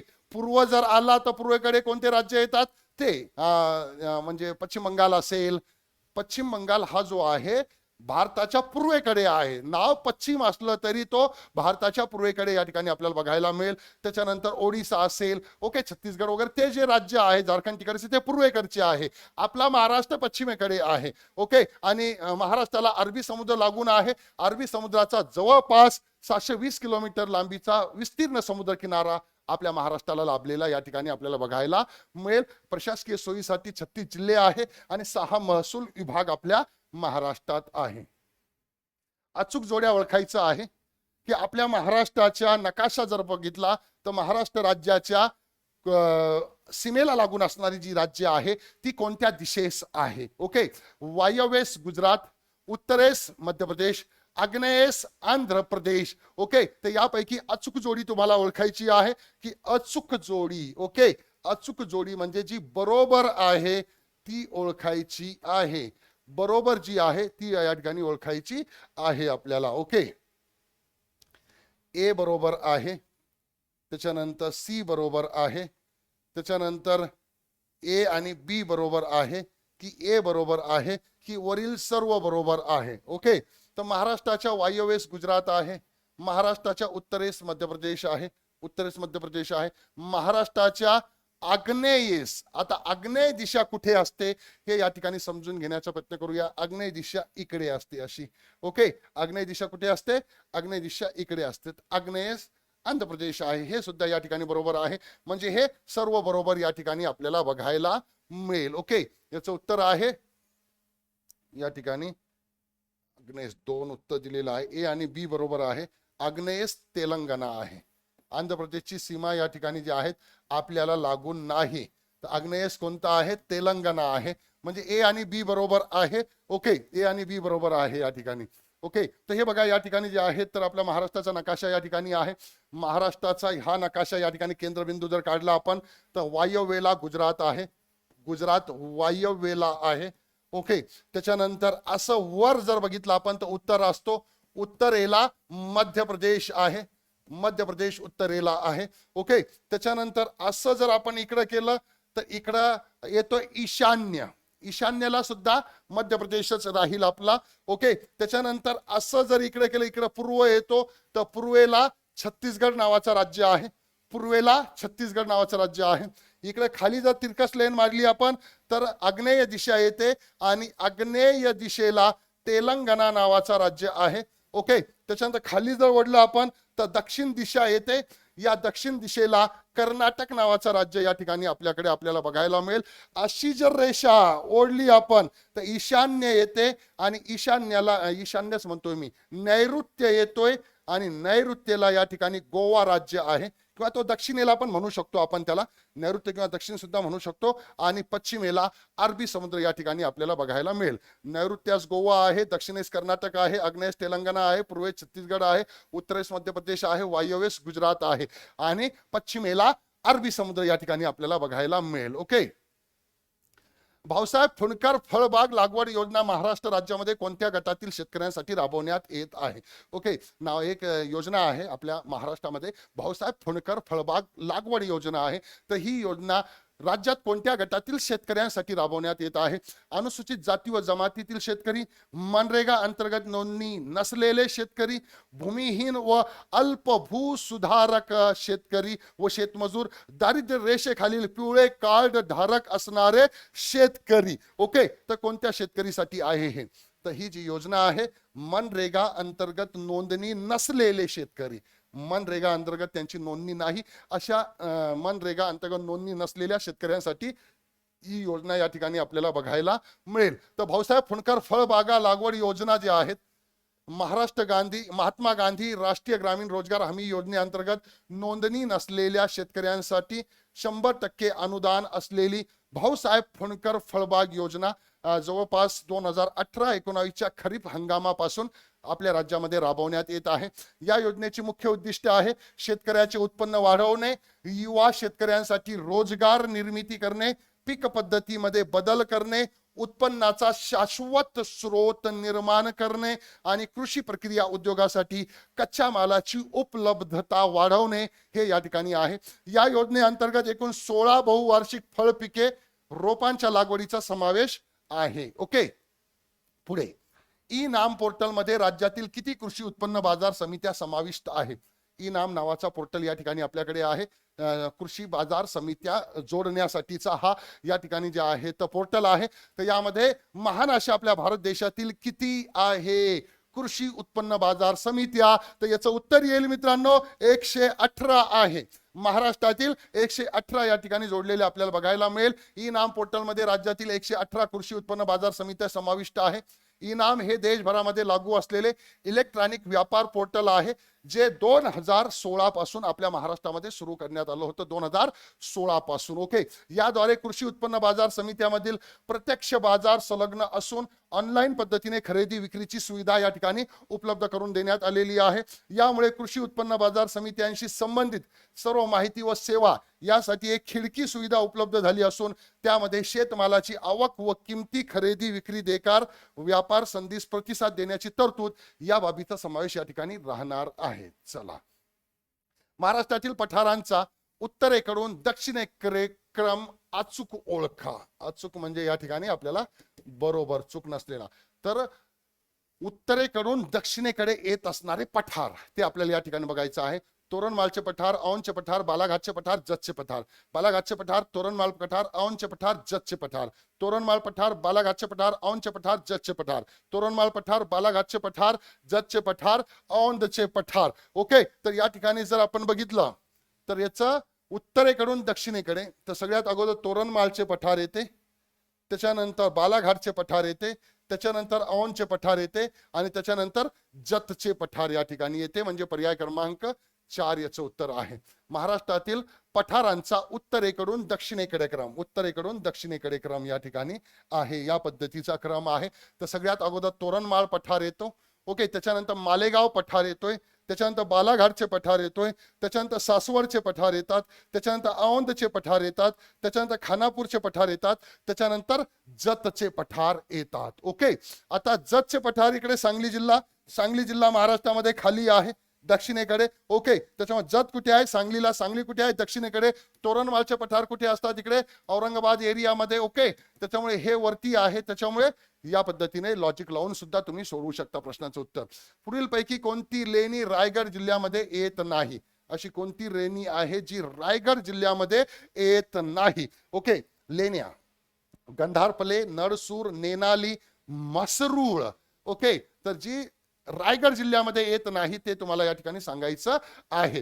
तर या ठिकाणी याचं उत्तर आहे पर्याय क्रमांक 4. मसरूळ ही रायगड जिल्ह्यामध्ये येत नाही. तर रायगड जिल्ह्यामधील काही महत्वाच्या लेण्या आहे आणि नाशिक जिल्ह्यातील काही महत्वाच्या लेण्या आहे. तर ही जी मसरूळ आहे ही नाशिक जिल्ह्यामध्ये येते. त्याच्यानंतर गंधारपले, नरसूर, कुंडा, नेनाली, थळानेवाई, कर्जत हे रायगड जिल्ह्यामध्ये येतात. मांगी तुंगी, पांडव लेणी हे नाशिक जिल्ह्यामध्ये येतात. ओके, त्याच्यामुळे हे या ठिकाणी आपल्याला लक्षात ठेवायचं आहे. ओके, मांजरा नदीबद्दल अयोग्य विधान तुम्हाला ओळखायचं आहे. मांजरा नदीबद्दल अयोग्य म्हणजे चुकीचं विधान तुम्हाला ओळखायचं आहे. मांजरा नदीचा उगम बीड पाटोदा पठारावरती होतो. मांजरा नदी महाराष्ट्र, कर्नाटक, तेलंगणामधून वाहते. तावरजा, तेरणा, गिरणा या मांजरा नदीच्या उपनद्या आहेत. आता यातलं चुकीचं विधान जर ओळखायचं असेल तर या ठिकाणी यामध्ये मांजरा नदीचा उगम बीड पाटोदा पठारावर होतो, हे राईट आहे. हा महाराष्ट्रात, नंतर कर्नाटक, नंतर तेलंगणामधून ही नदी वाहते. तावरजा, तेरणा, गिरणा या मांजरा नदीच्या उपनद्या आहेत. तर हे तिन्ही विधान या ठिकाणी बरोबर आहे. म्हणजे याचं उत्तर आहे की यापैकी एकही चूक नाही बुवा, म्हणजे तिन्हीच्या तिन्ही बरोबर आहे या ठिकाणी. तर मांजरा नदी उगम होतो बालाघाटच्या टेकड्या म्हणजे बीड पाटोदा पठारावरती. लांबी आहे या नदीची 721 किलोमीटर. किती? 721 किलोमीटर आहे. ही महाराष्ट्रामध्ये उगम पाहून महाराष्ट्रामध्ये वाहत वाहत वाहत वाहत कर्नाटकमध्ये शिरते आणि कर्नाटकमधून वाहत वाहत वाहत तेलंगणामध्ये शिरते. उपनद्या आहे तावरजा, तेरणा, गिरणा, लेंडी, मन्याड हे. ओके, या उपनद्या आहे. बीड जिल्ह्याची दक्षिण सीमा मांजरा नदी निर्माण करते. बीड जिल्ह्याची जी दक्षिण सीमा आहे, ओके, खालची जी भाग आहे दक्षिण सीमा बीड जिल्ह्याची, ओके, ती मांजरा नदी या ठिकाणी निर्माण करते. ओके, पुढे जाऊया आपण. जोड्या लावा. या ठिकाणी जे आहे तर 2 नद्याचं संगम आहे. या ठिकाणी जे आहेत इथे नद्या दिलेलं आहे आणि त्या नद्यांचं संगम दिलेलं आहे. ओके, तर कुठे आहे? रामगंगा आणि वर्धा नदी, वर्धा आणि वैनगंगा नदी, पैनगंगा आणि वर्धा नदी, प्रवरा व मुळा नदी. ओके, तर यांचं संगम कुठे आहे हे या ठिकाणी आपल्याला बघायचं आहे. तर रामगंगा वर्धा नदीच्या संगमाला रामतीर्थ म्हटलं जातं. काय म्हटलं जातं? रामतीर्थ या ठिकाणी आहे ठिकाण. त्या ठिकाणी या दोन्ही नदीचा संगम होतो. वर्धा आणि वैनगंगा नद्या चपराळा या ठिकाणी संगम होतो यांचा, वर्धा आणि वैनगंगाचा. त्याच्यानंतर पैनगंगा वर्धा घुग्गुस या ठिकाणी होतं आणि प्रवरा आणि मुळा नेवासे या ठिकाणी होतं. ओके, अशा पद्धतीने हे काही संगम आहे या ठिकाणी आहे. रामगंगा वर्धा, रामतीर्थ, वर्धा वैनगंगा, चपराळा, पैनगंगा वर्धा, घुग्गुस, प्रवरा व मुळा, नेवासे. ओके, ते या ठिकाणी लक्षात ठेवायचं आहे. पुढे जाऊया. ही नदी पुणे व अहमदनगर या जिल्ह्याची सीमा रेषा तयार करते. अशी कोणती नदी आहे जी पुणे आणि अहमदनगर या जिल्ह्याची सीमा रेषा तयार करते? वेळ नदी, घोड नदी, इंद्रायणी नदी, नीरा नदी. कोणती नदी आहे ती? तर ती आहे घोड नदी. कोणती नदी आहे? घोड नदीमुळे पुणे आहे, नंतर नगर आहे. ओके, तर अशा पद्धतीने सीमा तयार करते ती नदी. ओके, घोड नदी. घोड नदीबद्दल जर बोलायचं झालं, याचा उगम सह्याद्री पर्वतावर होतो. उपनद्या आहे कुकडी व मीना. कुकडी व घोड नदी शिरूर जवळ एकत्र येतात. ही नदी पुणे व अहमदनगर या जिल्ह्यांची सीमारेषा तयार करते. ओके, तर अशा पद्धतीने हे एक महत्वाचा भाग या ठिकाणी आपण बघण्याचा प्रयत्न केलेला आहे. पुढे जाऊया. योग्य जोड्या लावा. इकडे या ठिकाणी दिलेलं आहे बघा खनिजे, आणि इकडे दिलेले आहे ठिकाण. कोणत्या ठिकाणी कोणते खनिजे आढळतात त्याच्या योग्य जोड्या या ठिकाणी आपल्याला लावायच्या आहेत. ओके, अभ्रक, इल्मेनाइट, वेराइट्स, गारगोटी. ओके, तर अर्भक हे रत्नागिरी गडचिरोलीमध्ये आढळतंय. अभ्रक गडचिरोलीमध्ये आढळतंय. त्याच्यानंतर इल्मेट रत्नागिरीमध्ये आढळतंय. त्याच्यानंतर व्हेराइट्स चंद्रपूरमध्ये आढळतंय. गारगोटी सिंधुदुर्गमध्ये आढळते. ओके, तर हे या ठिकाणी योग्य राहील. याचं उत्तर या ठिकाणी पर्याय क्रमांक 1 येईल. ओके, तर या पद्धतीने अर्भक गडचिरोलीमध्ये, इल्माइट रत्नागिरीमध्ये, वेराइट चंद्रपूरमध्ये, गारगोटी सिंधुदुर्गमध्ये. महाराष्ट्रातील उन्हाळ्यातील हवामानाची परिस्थितीबाबत अचूक विधान निवडा. आपल्या महाराष्ट्रामध्ये उन्हाळ्यामध्ये हवामानाची परिस्थिती कशी असते बुवा, त्या बाबतीमध्ये अचूक विधान ओळखायचं आहे तुम्हाला, म्हणजेच बरोबर विधान तुम्हाला ओळखायचं आहे. ओके, पश्चिम महाराष्ट्रात पूर्व महाराष्ट्र व कोकणच्या तुलनेत जास्त तापमान असते. पश्चिम महाराष्ट्रामध्ये पूर्व महाराष्ट्र व कोकणच्या तुलनेत जास्त तापमान असते. कोकणाकडून विदर्भाकडे जाताना तापमान कक्षा कमी कमी कमी होत जाते. महाराष्ट्राच्या पश्चिमेकडून उत्तरेकडे जाताना दाब वाढत जातो. ओके, तर हे तिन्ही विधान चुकीचे आहे. हे पण चुकीचं आहे, हे पण चुकीचं आहे, हे पण चुकीचं आहे. म्हणजे यापैकी एकही बरोबर नाही. ओके, पश्चिम महाराष्ट्रामध्ये पूर्व महाराष्ट्र कोकणच्या तुलनेत तापमान जास्त असते, पश्चिम महाराष्ट्रात कमी असते. ओके, पूर्व महाराष्ट्राच्या तुलनेमध्ये. ओके, त्याच्यानंतर कोकणाकडून विदर्भ जाताना तापमान कक्षा वाढत जाते. ओके, त्याच्यामुळे या ठिकाणी कमी होत नाही, तापमान कक्षा वाढत जाते. आणि महाराष्ट्राच्या पश्चिमेकडून उत्तरेकडे जाणारा दाब वाढत जातो. पश्चिमेकडून उत्तरेकडे या ठिकाणी दाब वाढत नाही, उत्तरेकडून पश्चिमेकडे येताना दाब वाढतो या ठिकाणी. ओके, तर उन्हाळा हवामानाची परिस्थिती मार्च मे. पूर्व महाराष्ट्रात पश्चिम महाराष्ट्र व कोकणच्या तुलनेत जास्त तापमान असते, तर पूर्व महाराष्ट्रात जास्त असते. कोकणाकडून विदर्भाकडे जाताना तापमान कक्षा वाढत जाते. ओके, महाराष्ट्राच्या पश्चिमेकडून उत्तरेकडे जाताना दाब कमी कमी कमी होत जातोय, वाढत नाही, कमी कमी होत जातोय. अरबी समुद्रामध्ये किनाऱ्यापासून पूर्वेकडे जाताना आर्द्रता कमी कमी होत जाते. ओके, काजळा, आंबेरी, कांदळ, चिंची हे वृक्षाचे प्रकार कोणत्या प्रकारच्या अरण्यामध्ये आढळतात? ओके, कोणत्या प्रकारच्या अरण्यामध्ये हे आढळतात?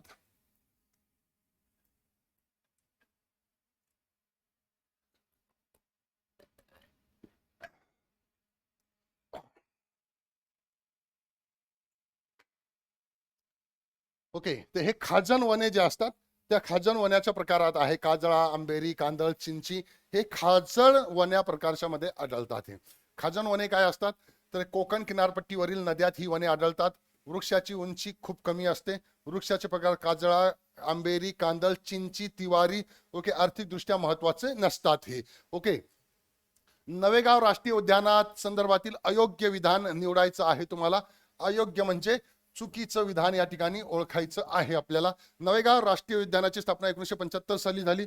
हे उद्यान गोंदियातील अर्जुनी मोरगाव तालुक्यात आहे.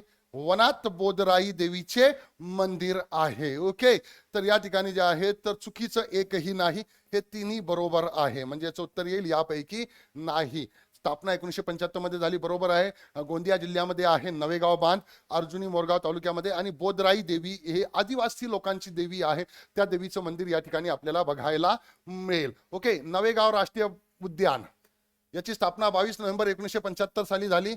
क्षेत्र 133.88 चौरस किलोमीटर आहे. नवेगाव बांध नावाचे विशाल सरोवर या राष्ट्रीय उद्यानामध्ये आहे, आणि त्या विशाल सरोवरामुळेच याला नाव लाभल्याने या ठिकाणी आणि त्याला राष्ट्रीय उद्यान आपण केलेलं आहे. या वनामध्ये बोदराईचे मंदिर आहे. बोदराई ही आदिवासींची देवी आहे. बोध म्हणजे गवा आणि गव्याचे राई म्हणजे बोधराई. ओके, गोंदियातील अर्जुनी मोरगाव तालुक्यामध्ये या ठिकाणी आहे. पवनीचे अरण्यपुत्र श्री माधवराव पाटील यांच्या प्रयत्नाने हे राष्ट्रीय उद्यानाची स्थापना या ठिकाणी झालेली आपल्याला बघायला मिळेल. नवेगाव बांध राष्ट्रीय उद्यान. ओके, पुढे जाऊया आपण. पुणे, सोलापूर, नागपूर भागामध्ये तापमान कक्षा डॅश डॅश डॅश डॅश असते. पुणे, सोलापूर, नागपूर भागामध्ये तापमान कक्षा डॅश डॅश डॅश डॅश असते. ओके, तर 10 ते 15 अंश सेल्सिअसच्या दरम्यान असते. इकडची तापमान कक्षा 10 ते 15 अंश सेल्सिअसच्या दरम्यान या ठिकाणी असते. ओके, दैनिक तापमान कक्षाबद्दल जर बोलायचं झालं तर कोकणामध्ये दैनिक तापमान कक्षा 5 अंश ते 7 अंश दरम्यान असते. पुणे, सोलापूर, नागपूर भागामध्ये तापमान कक्षा 15 अंश पेक्षा जास्त असते. ओके, नागपूरमध्ये दैनिक तापमान कक्षा 29 अंश सेल्सिअस पेक्षा जास्त असते. ओके, सातपुडा रांगेतील महाराष्ट्रातील सर्वोच्च शिखर पुढीलपैकी कोणते आहे? सातपुडा पर्वतरांग आपल्याला माहिती आहे. ओके, तर यातील सर्वोच्च शिखर आहे अस्तंबा डोंगर. अस्तंबा डोंगर हे सर्वोच्च शिखर या ठिकाणी आहे. ओके, त्याच्यामुळे हे या ठिकाणी लक्षात ठेवायचं आहे. सातपुडा रांगेतील सर्वोच्च शिखर धूपगड आहे, जे 1350 मीटरचं आहे, परंतु ते महाराष्ट्रात नाही. धूपगड शिखर जे आहेत महाराष्ट्रात नाही. मग आपल्याला प्रश्न काय विचारला आहे? सातपुडा रांगेतील महाराष्ट्रातील सर्वोच्च शिखर, तर ते आहे अस्तंबा डोंगर, 1325 मीटर उंचीचं आहे. महाराष्ट्रातील सर्वोच्च शिखर आहे कळसुबाई, 1646 मीटरचं. आणि अरवली रांगेतील सर्वोच्च शिखर गुरु शिखर आहे, 1722 मीटर उंचीचं. पुढे अचूक जोड्या ओळखा. कादवा, प्रवरा, सिंदफणा, पूर्णा या ठिकाणी या नद्यांची नावं आहे. आणि त्या नद्यावरती असणारे या ठिकाणी जे आहे तर धरणे. ओके, हे धरणे या ठिकाणी आहे. तर आपल्याला या ठिकाणी सांगायचं आहे कोणत्या नदीवरती कोणते धरण आहे बुवा. ओके, तर आपण जर या ठिकाणी बघितलं कोणत्या नदीवरती कोणते धरण आहे, तर या ठिकाणी कादवा धरण नांदूर मध्यमेश्वर आहे. कादवा नदीवरती नांदूर मध्यमेश्वर आहे. प्रवराबद्दल जर या ठिकाणी आपण बोलायचं झालं तर प्रवरा ही जी आहेत भंडारदरा नदीवरती आहे. ओके, सिंदफणावरती जर बोलायचं झालं तर हे माजलगाव आहे. आणि पूर्णा नदीवरती एलदरी या ठिकाणी आपल्याला बघायला मिळेल. ओके, याचं उत्तर येईल पर्याय क्रमांक 3. कादवा, नांदूर मध्यमेश्वर, नाशिक. आणि हे जे नांदूर मध्यमेश्वर आहे हे अभयारण्य पण आहे. आणि ह्याला जे आहे तर रामसरच्या यादीमध्ये याचा समावेश सुद्धा करण्यात आलेला आहे. त्याच्यानंतर प्रवरा आहे, सिंदफणा आहे, पूर्णा या ठिकाणी आहे. प्रवरा जे आहे भंडारदरा धरण प्रवरा नदीवरती आहे अहमदनगरमध्ये. आणि सिंदफणा नदीवरती माजलगाव धरण आहे बीडमध्ये. पूर्णा नदीवरती एलदरी धरण आहे परभणीमध्ये. ओके, पुढीलपैकी रायगड जिल्ह्यातील नद्यांचा गट ओळखा. रायगड जिल्ह्यातील नद्यांचा गट आपल्याला ओळखायचा आहे. यापैकी रायगड मधील नद्या कोणत्या आहे बुवा. ओके, तर ह्या 3 आहे. अंबा, कुंडलिका, काळ या ज्या आहेत तर रायगड जिल्ह्यातील नद्या आहेत. कोणत्या जिल्ह्यातील आहे? रायगड जिल्ह्यामध्ये पाताळगंगा आहे, उल्हास आहे, भोगावती आहे, गंधार आहे, सावित्री आहे, घोड आहे, अंबा आहे, कुंडलिका आहे, काळ आहे. रत्नागिरीमध्ये भारजा, जोग, जगबुडी, वशिष्ठी, शास्त्री, बाव, काजळी, मुचकुंदी, काजवी हे जे आहेत तर रत्नागिरी मधल्या आहेत. ओके, पावसाचे प्रमाण कमी कमी होत जाते. पश्चिम किनारपट्टीपासून पूर्वेकडे गेल्यास, पश्चिम किनारपट्टीपासून ईशान्येकडे गेल्यास, भारतीय मैदानावरती वायव्येकडे गेल्यास वरील सर्व पावसाचे प्रमाण कमी कमी कमी कमी कुठे होत जातात बुवा. हे जर या ठिकाणी आपण बघितलं तर या ठिकाणी याचं उत्तर येईल वरील सर्व. पश्चिम किनारपट्टीकडून पूर्वेकडे जाण्यास पावसाचे प्रमाण कमी होतात. पश्चिम किनारपट्टीपासून ईशान्येकडे गेल्यास पावसाचे प्रमाण कमी होतात. भारतीय मैदानावरती वायव्येकडे गेल्यास पावसाचे प्रमाण या ठिकाणी कमी होतात. पश्चिम किनारपट्टीपासून पूर्व ईशान्येकडे व भारतीय मैदानावर व द्वीपकल्पाच्या उत्तर भागामध्ये वायव्येकडे गेल्यास पावसाचे प्रमाण कमी कमी होत जाते आपल्याकडे. ओके, महाराष्ट्रातील पूर्व विदर्भ, भंडारा, गोंदिया या प्रदेशात कोणत्या जलसिंचन प्रकाराचा जास्त वापर केला जातो? कोणते जलसिंचन प्रकल्प आहे ज्याचा सर्वात जास्त वापर या ठिकाणी केला जातो? महाराष्ट्रातील पूर्व विदर्भ असेल, भंडारा, गोंदिया असेल. ओके, तर हे जे जिल्हे आहे ते या जिल्ह्यामध्ये जर बघितलं आपण तलावांची संख्या खूप जास्त आहे. म्हणजे या ठिकाणी तलाव सिंचन हे या ठिकाणी जे आहे तर या जलसिंचनाचा वापर खूप जास्त प्रमाणामध्ये केला जातोय. महाराष्ट्रातील जलसिंचन प्रकार विहिरी 55% मराठवाडा आणि अहमदनगर मध्ये आहे. मराठवाडा आणि अहमदनगर मध्ये विहिरी खूप मोठ्या प्रमाणामध्ये बघायला मिळेल. कालवा सिंचन 22% पश्चिम महाराष्ट्रामध्ये आहे. ओके, तिकडे जे आहेत कालव्याद्वारे नद्यांना 12 नद्या असतात त्याद्वारे पाणी पुरवलं जातं. तलाव सिंचन 15% या ठिकाणी जर बघितलं पूर्व विदर्भ, भंडारा व गोंदिया या ठिकाणी आहे. घनतेच्या बाबतीत महाराष्ट्र सर्व राज्य व केंद्रशासित प्रदेश यामध्ये मिळून कितव्या क्रमांकावरती आहे? म्हणजे लोकसंख्या घनता जर आपण बघितली तर या लोकसंख्या घनतेच्या बाबतीमध्ये भारतातील सर्व राज्य म्हणजे 28 राज्य आणि सगळे केंद्रशासित प्रदेश म्हणजे 36, सर्व राज्य आणि केंद्रशासित प्रदेश जर आपण घनतेनुसार क्रमाने बसवले तर महाराष्ट्राचा कितवा क्रमांक येतोय? तर यामध्ये महाराष्ट्राचा 17वा क्रमांक येतोय. कितवा क्रमांक येतोय? 17वा. भारताची एकूण लोकसंख्या घनता 382 आहे.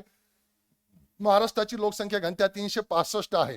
घनतेच्या बाबतीमध्ये महाराष्ट्र सर्व राज्य केंद्रशासित प्रदेशामध्ये मिळून 17व्या क्रमांकावरती आपला महाराष्ट्र आपल्याला बघायला मिळेल. नेक्स्ट क्वेश्चन, महाराष्ट्रातील चंद्रपूर गडचिरोलीच्या गोंडवन प्रदेशामध्ये कोणती आदिवासी जमात आढळते?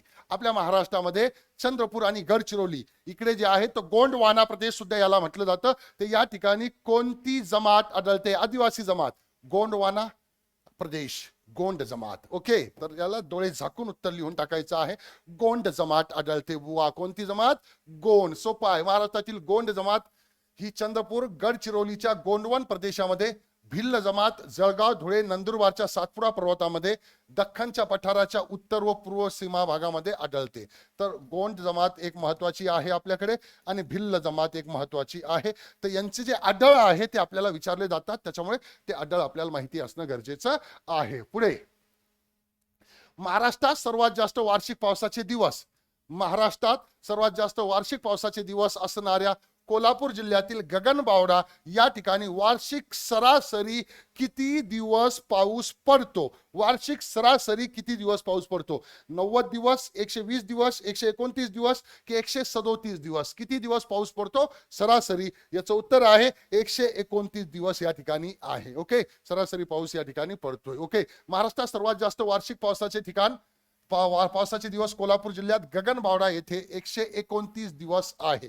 ओके, आणि या ठिकाणी जर आपण बघितलं तर सर्वात जास्त पाऊस 300 ते 700 सेंटीमीटर कोकण भागामध्ये व सह्याद्री भागामध्ये पडतोय. इकडे वार्षिक दिवस साधारणतः 90 ते 120 दिवस या ठिकाणी आपल्याला बघायला मिळेल. पुढील पैकी कोणत्या जिल्ह्यात चुनखडीचे सर्वात जास्त साठे आहे? चुनखडीचे यवतमाळ, गडचिरोली, चंद्रपूर की वर्धा? कोणत्या ठिकाणी सर्वात जास्त साठे आहे? चुनखडीचे. ओके, तर हे चुनखडीचे सर्वात जास्त साठे यवतमाळ मध्ये आहे. कोणत्या राज्यामध्ये आहे? यवतमाळ जिल्ह्यामध्ये या ठिकाणी आपल्याला बघायला मिळेल. महाराष्ट्रात चुनखडीचे अंदाजे साठे 4000 दशलक्ष टन आहे. किती आहे? 4000 दशलक्ष टन आपल्या महाराष्ट्रामध्ये चुनखडीचा अंदाजित साठा आहे. यामध्ये प्रमुख साठे यवतमाळ, गडचिरोली व चंद्रपूर मध्ये आहे. यवतमाळ जिल्ह्यात चुनखडीचे सर्वात जास्त साठे आहे. साठा तुम्हाला चुनखडी गडचिरोली मध्ये पण आढळते, चंद्रपूर मध्ये पण आढळते, यवतमाळ मध्ये पण आढळते, परंतु सर्वात जास्त यवतमाळ जिल्ह्यामध्ये आढळते. अंदाजे 2900 दशलक्ष टन. 4000 दशलक्ष टन पैकी यापैकी 2900 दशलक्ष टन हे यवतमाळ मध्ये आपल्याला बघायला मिळेल. म्हणून सर्वात जास्त चुनखडीचे ठिकाण यवतमाळ आहे. त्यामुळे चुनखडी यवतमाळ लक्षात ठेवायचं आहे. ओके, तापी नदी महाराष्ट्रातून नंदुरबार जिल्ह्यातून डॅश डॅश डॅश डॅश तालुक्यातून गुजरात मध्ये प्रवेश करते. कोणत्या तालुक्यातून ही गुजरात मध्ये प्रवेश करत असते? ओके, तापी नदी महाराष्ट्रातील नंदुरबार जिल्ह्यातील या तालुक्यातून गुजरात मध्ये प्रवेश करते. याचं उत्तर आहे तळोदा. तळोदा तालुका आहे. या तळोदा तालुक्यामधून ते गुजरात मध्ये प्रवेश करते. तापी ही राज्यातील सर्वात जास्त अंतर वाहणारी पश्चिम वाहिनी नदी आहे. ही नदी महाराष्ट्रातून नंदुरबार जिल्ह्यातील तळोदा तालुक्यातील गुजरातमध्ये प्रवेश करते व गुजरात राज्यात सुरत जवळ अरबी समुद्राला जाऊन मिळते. सुरत जवळ अरबी समुद्राला जाऊन मिळते ही नदी. ओके, अयोग्य जोडी तुम्हाला या ठिकाणी ओळखायची आहे. रेवदंडा रायगड, विजयदुर्ग सिंधुदुर्ग, घोडबंदर ठाणे वरील पैकी एकही नाही. ओके, तर हे नेमकं काय आहे हे जर आपण या ठिकाणी बघितलं ओके, तर यामध्ये अयोग्य सगळ्या बरोबर आहे. घोडबंदर ठाण्यामध्ये आहे, विजयदुर्ग सिंधुदुर्ग मध्ये आहे, रेवदंडा रायगड मध्ये या ठिकाणी आपल्याला बघायला मिळेल. ओके, रेवदंडा रायगड मध्ये आहे, विजयदुर्ग सिंधुदुर्ग मध्ये आहे, घोडबंदर ठाण्यामध्ये आहे, जयगड रत्नागिरी मध्ये आपल्याला बघायला मिळेल. खाड्या आहेत त्या. ओके, खालीलपैकी महाराष्ट्रातील मध्यवर्ती ऊस संशोधन केंद्र कुठे आहे? ऊस संशोधन केंद्र कुठे आहे? पाडेगाव, सातारा, पालघर, ठाणे, भाट्ये, रत्नागिरी, श्रीवर्धन, रायगड. तर ऊसासाठी ऊस संशोधन केंद्र, आता ऊसाचं सर्वात जास्त प्रमाण कुठे आहे? पश्चिम महाराष्ट्रामध्ये आहे. पश्चिम महाराष्ट्रामध्ये आहे ऊसाचं सर्वात जास्त प्रमाण, त्याच्यामुळे संशोधन केंद्र सुद्धा पश्चिम महाराष्ट्रामध्येच राहणार. यामध्ये ठाणे, रत्नागिरी, रायगड हे कोकणातले आहे. कोकणामध्ये तुम्हाला ऊस सापडणार नाही जास्त. ओके, त्याच्यामुळे पश्चिम महाराष्ट्रामध्ये ऊस आहे आणि सातारा हा पश्चिम महाराष्ट्रातला जिल्हा आहे, म्हणजेच हे असू शकतोय बुवा, म्हणजे हेच आहे पाडेगाव या ठिकाणी. तर मध्यवर्ती ऊस संशोधन केंद्र पाडेगाव मध्ये आहे. कुठे आहे? पाडेगाव, सातारामध्ये. आमच्या औरंगाबाद मध्ये सुद्धा एक आहे, त्याचं नाव आहे पडेगाव. इथे काहीच नाही, हे आहे पाडेगाव. गवत संशोधन केंद्र पालघर मध्ये आहे, जो ठाण्यापासून वेगळा झालेला आहे. आता नारळ संशोधन केंद्र भाट्येमध्ये आहे, रत्नागिरीमध्ये. आणि सुपारी संशोधन केंद्र श्रीवर्धन मध्ये आपल्याला बघायला मिळेल. महाराष्ट्रात खालीलपैकी केळी संशोधन केंद्र डॅश डॅश येथे आहे. केळी संशोधन केंद्र. आता केळी सर्वात जास्त कुठे पिकवली जाते? तर सगळ्यात जास्त केळी पिकवली जाते जळगावमध्ये. जळगावचं यावल आहे, या ठिकाणी जे आहे तर केळी संशोधन केंद्र आहे. यावल अभयारण्य सुद्धा आहे, या ठिकाणी आहे केळी संशोधन केंद्र. केळी संशोधन केंद्र यावलमध्ये. हळद संशोधन केंद्र डिग्रजमध्ये. राष्ट्रीय डाळिंब संशोधन केंद्र केगाव सोलापूरमध्ये. राष्ट्रीय कांदा लसूण संशोधन केंद्र राजगुरुनगर पुणेमध्ये आहेत. ओके, तर हे संशोधन केंद्र लक्षात ठेवायचे आहे सर्व. ओके, खत उत्पादनामध्ये वाढ करण्यासाठी हरित क्रांतीमध्ये डॅश डॅश डॅश डॅश क्रांती झालेली आपल्याला बघायला मिळेल. ओके, खत उत्पादनामध्ये वाढ करण्यासाठी ही एक क्रांती झालेली आहे. हरित क्रांतीमध्ये ही क्रांती झालेली आहे, त्याला करडी क्रांती म्हटलं जातं. काय म्हटलं त्याला? करडी क्रांती म्हटलं जातं. हरित क्रांतीमध्ये ही झालेली आहे खत उत्पादनामध्ये वाढ करण्यासाठी. आता महत्वाच्या क्रांती आणि उत्पादने. हरित क्रांती अन्नधान्य उत्पादनामध्ये वाढ करण्यासाठी हरित क्रांती या ठिकाणी झालेली आहे. धवल किंवा श्वेत क्रांती याला दूध उत्पादनामध्ये वाढ करण्यासाठी झालेली आहे. नील किंवा निळी क्रांती मत्स्य उत्पादनामध्ये वाढ करण्यासाठी झालेली आहे. गुलाबी क्रांती झिंगे कोळंबी उत्पादनात वाढ. गुलाबी क्रांती, झिंगे असतात बघा समुद्रामध्ये मिळतात, कोळंबी असतात, झिंगे बोंबील. ओके, त्या उत्पादनामध्ये वाढ करण्यासाठी. रजत म्हणजे चंदेरी क्रांती, अंडी उत्पादनामध्ये उपयोग करण्यासाठी वाढ करण्यासाठी. संडे होया मंडे रोज खाएंगे अंडे. ओके, पीत क्रांती तेलबिया उत्पादनामध्ये वाढ करण्यासाठी, तेलबियाचं उत्पादन. ओके, करडी क्रांती खत उत्पादनामध्ये वाढ करण्यासाठी. अमृत क्रांती नदी जोड प्रकल्प आहे. आणि गोल क्रांती आहे बटाटा उत्पादनामध्ये वाढ करण्यासाठी, गोल गोल बटाटे. ओके, तर त्यामध्ये वाढ करण्यासाठी. तर ह्या काही महत्वाच्या क्रांत्या आहेत, हे या ठिकाणी लक्षात ठेवायचं आहे.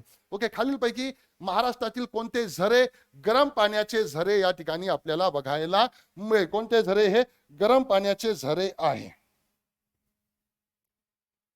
अकलोली ठाणेमध्ये आहे, उनकेश्वर आहे, उनपदेव आहे, उन्हेरे आहे. ओके, तर हे सर्वच्या सर्व गरम पाण्याचे झरे आहेत. अकलोली आहे, उनकेश्वर आहे, उनपदेव, सनपदेव, उन्हेरे हे सगळे या ठिकाणी जे आहेत गरम पाण्याचे झरे आहे.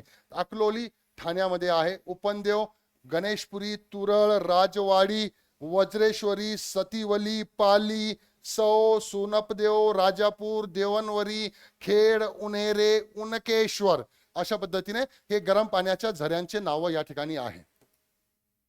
महाराष्ट्रात कारंजा नावाचे समान तालुके डॅश डॅश डॅश डॅश जिल्ह्यामध्ये आहे.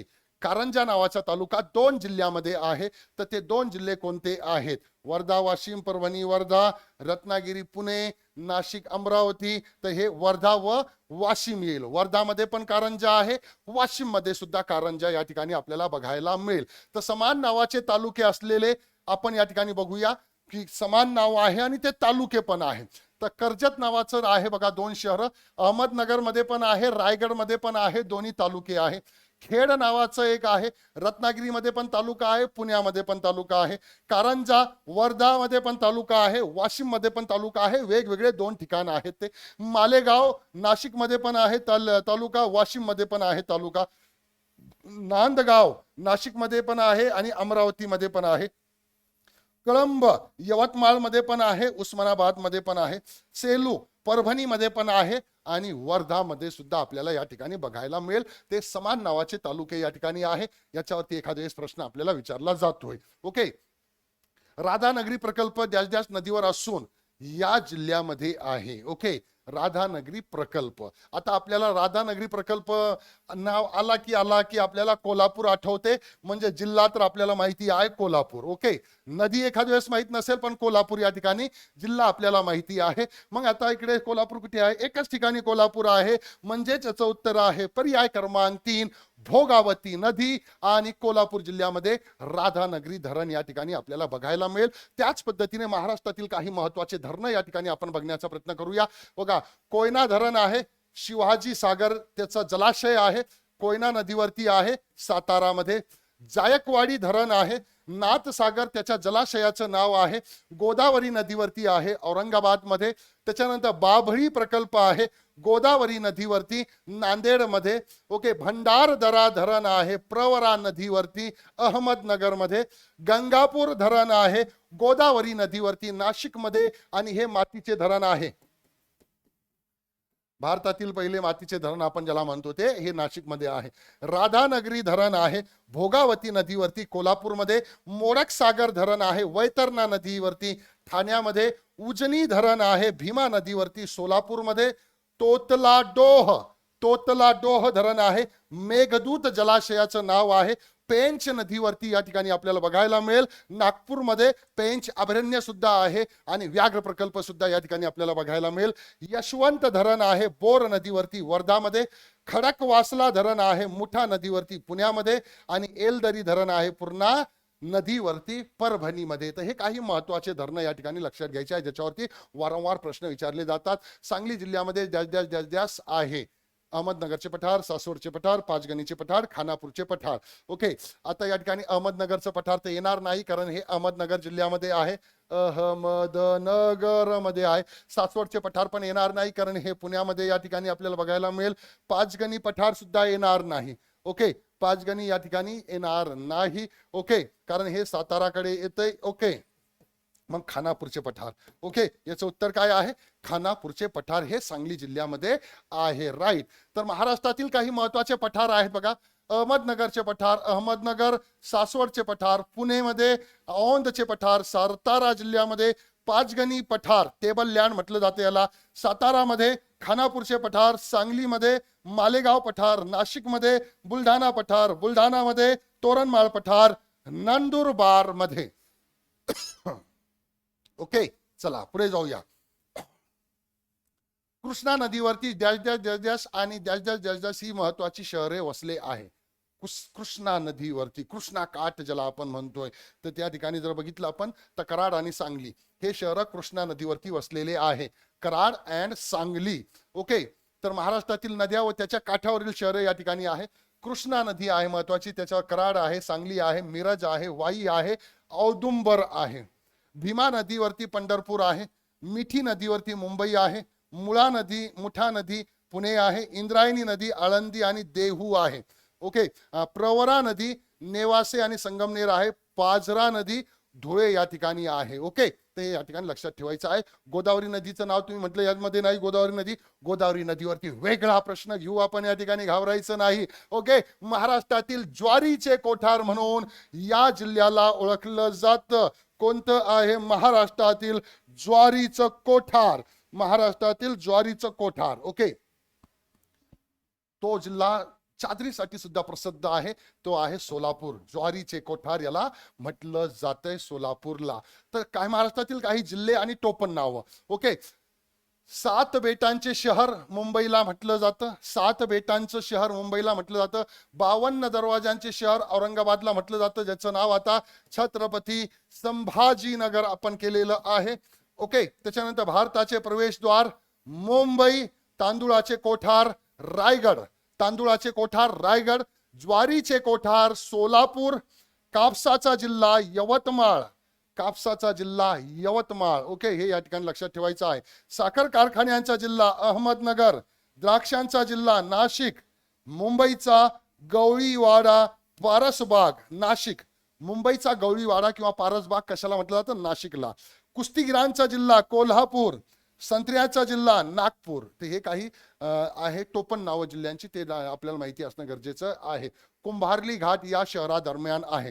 कुंभारली घाट या शहरादरम्यान या ठिकाणी आपल्याला बघायला मिळेल. मुंबई, नाशिक, कोल्हापूर, रत्नागिरी, कराड, चिपळूण, कोल्हापूर, पणजी याचं उत्तर आहे कराड, चिपळूण. कुंभारली घाट कराड आणि चिपळूण या शहरादरम्यान आपल्याला बघायला मिळेल. तर महाराष्ट्रातील प्रमुख घाट या ठिकाणी आहे. थळ कसारा घाट मुंबई आणि नाशिक दरम्यान आहे. बोर घाट पुणे आणि मुंबई दरम्यान आहे. खंबाटकी घाट पुणे आणि सातारा दरम्यान आहे. दिवा घाट पुणे आणि बारामती दरम्यान आहे. कुंभारली घाट कराड आणि चिपळूण दरम्यान आहे. अंबा घाट कोल्हापूर आणि रत्नागिरी दरम्यान आहे. अंबोली घाट सावंतवाडी आणि बेळगाव दरम्यान आहे. ओके. फोंडा घाट कोल्हापूर आणि पणजी दरम्यान या ठिकाणी आपल्याला बघायला मिळेल. ओके. अहमदनगर जिल्ह्यातील हरिश्चंद्रगड शिखराची अहमदनगर जिल्ह्यामध्ये हरिश्चंद्रगड शिखर आहे. या शिखराची उंची किती आहे? हरिश्चंद्रगड शिखराची उंची या ठिकाणी जर आपण बघितली तर हरिश्चंद्रगड शिखराची उंची आहे 1424 मीटर या ठिकाणी आपल्याला बघायला मिळेल. ओके. तर महाराष्ट्रातील शिखर, उंची आणि जिल्हा. कळसुबाई सर्वात उंच आहे 1646 मीटर, जो अहमदनगर मध्ये आहे. सालेर दुसऱ्या क्रमांकाचा आहे 1567, तो नाशिक मध्ये आहे. महाबळेश्वर तिसऱ्या क्रमांकाला आहे 1438 मीटर, तो सातारा जिल्ह्यामध्ये आहे. हरिश्चंद्रगड 1424 मीटर आहे, चौथ्या क्रमांकाला अहमदनगर जिल्ह्यामध्ये आहे. पाचव्या क्रमांकाला आहे सप्तशृंगी 1416 मीटर आहे नाशिकमध्ये. सहाव्या क्रमांकाला आहे तोरणा 1404 मीटर आहे पुण्यामध्ये. ओके. नंदुरबार जिल्ह्यामध्ये डॅश डॅश आणि डॅश डॅश हे डोंगर आहे. नंदुरबार जिल्ह्यामध्ये. ओके. तर या ठिकाणी बघायचं आपल्याला. ओके. तर अस्तंबा डोंगर आहे नंदुरबार जिल्ह्यामध्ये. गाळणा डोंगर आहे नंदुरबार जिल्ह्यामध्ये. ओके. त्याच्यानंतर गाळणा डोंगर हे नंदुरबार मध्ये आहे. गरमसूर हे तिकडे नागपूरकडे आहे. अस्तंबा नंदुरबार मध्ये आहे. गरमसूर नागपूरकडे आहे. मुदखेड नांदेड मध्ये आहे. अजिंठा औरंगाबाद मध्ये आहे. म्हणजे दोन्ही जर बघितलं आपण नंदुरबार तर अस्तंबा आणि गाळणा या ठिकाणी येतंय. ओके. तर दख्खनच्या पठारावरील डोंगर आहेत या ठिकाणी. अस्तंबा डोंगर नंदुरबार, गाळणा डोंगर धुळे आणि नंदुरबार मध्ये आहे.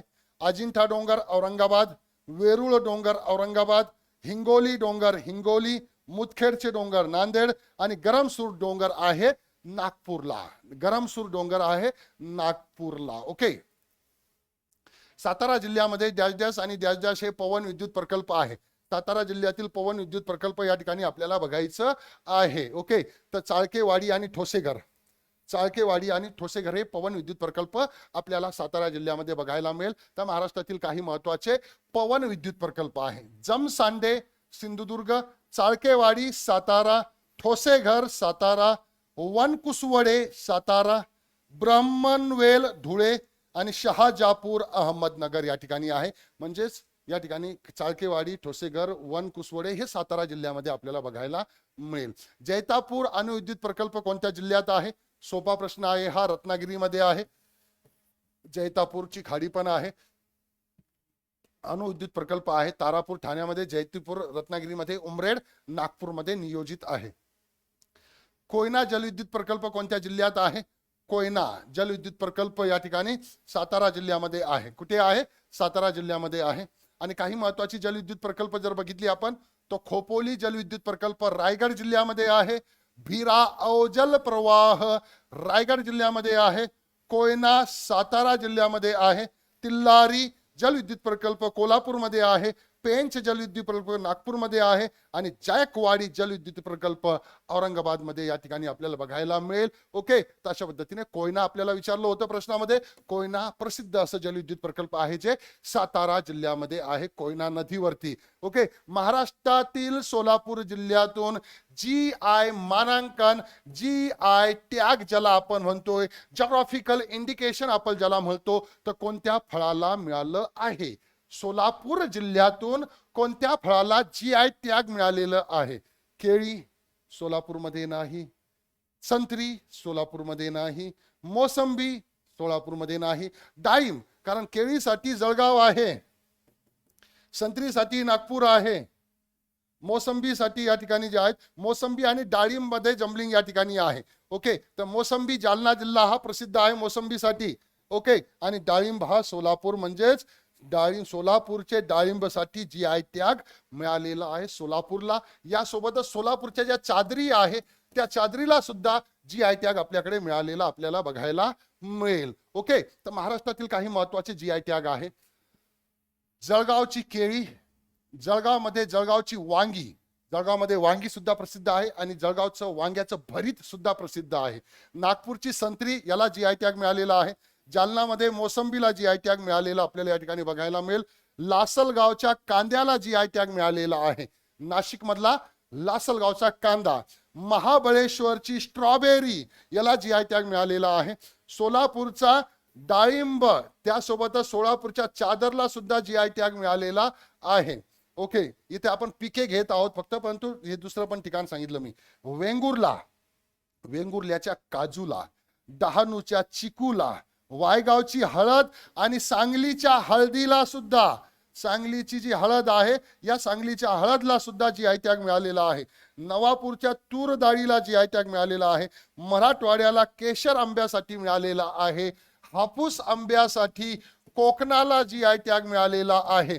हापूस आंब्यासाठी कोकणाला GI टॅग या ठिकाणी मिळालेला आपल्याला बघायला मिळेल. ओके, वाडा कोलम, वाडा कोलम साठी या ठिकाणी जे आहे तर पालघर या जिल्ह्याला GI टॅग मिळालेला आपल्याला बघायला मिळेल. त्याच्यानंतर पांढरा कांदा, पांढरा कांदा, या पांढरा कांद्यासाठी जे आहे तर अलिबाग, अलिबाग रायगड याला GI टॅग या ठिकाणी आपल्या महाराष्ट्रामध्ये मिळालेला आपल्याला बघायला मिळेल. हे काही लेटेस्टचे आहे. हे पांढरा कांदा असेल, वाडा कोलम असेल, हे लेटेस्टचे या ठिकाणी जे आहेत GI टॅग आहे ते आपल्याला या ठिकाणी लक्षात ठेवायचं आहे. चला पुढे जाऊया आपण. नेक्स्ट क्वेश्चन, कोल्हापूर विजयदुर्ग दरम्यान हा घाट आहे.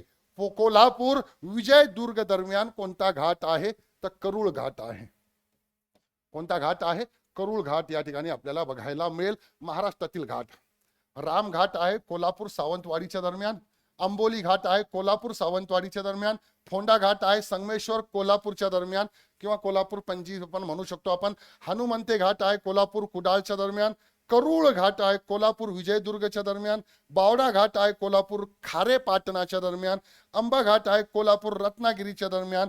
उत्तर तिवरा घाट आहे सातारा आणि रत्नागिरीच्या दरम्यान. ओके, तर हे या ठिकाणी लक्षात ठेवायचे आहे. नेक्स्ट क्वेश्चन, कुंभारली घाट आहे सातारा रत्नागिरी. हातलोट घाट आहे सातारा रत्नागिरी. पार घाट आहे सातारा रत्नागिरी. केळघरचा घाट आहे सातारा रत्नागिरी. पसरणीचा घाट आहे सातारा वाई. फिट्स जिराल्डचा घाट आहे महाबळेश्वर अलिबाग. ओके, शिवाजी विद्यापीठ कोल्हापूरची स्थापना कोणत्या वर्षी झाली? शिवाजी विद्यापीठ आहे कोल्हापूरचा आणि तो एकाच जिल्ह्यासाठी आहे. एकाच जिल्ह्यासाठी असणारा महाराष्ट्रातील एकमेव विद्यापीठ आहे हे शिवाजी विद्यापीठ.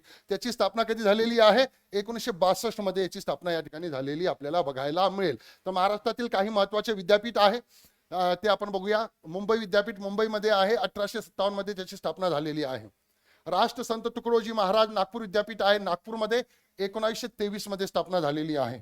पुणे विद्यापीठ आहे सावित्रीबाई फुले. ओके, पुण्यामध्ये 1949 मध्ये याची स्थापना झालेली आहे. डॉक्टर बाबासाहेब आंबेडकर मराठवाडा विद्यापीठ औरंगाबाद मध्ये आहे. 1958 मध्ये स्थापना झालेली आहे. शिवाजी विद्यापीठ कोल्हापूर 1962 मध्ये स्थापना या ठिकाणी झालेली आहे. आपल्याला कोणता विचारला होता?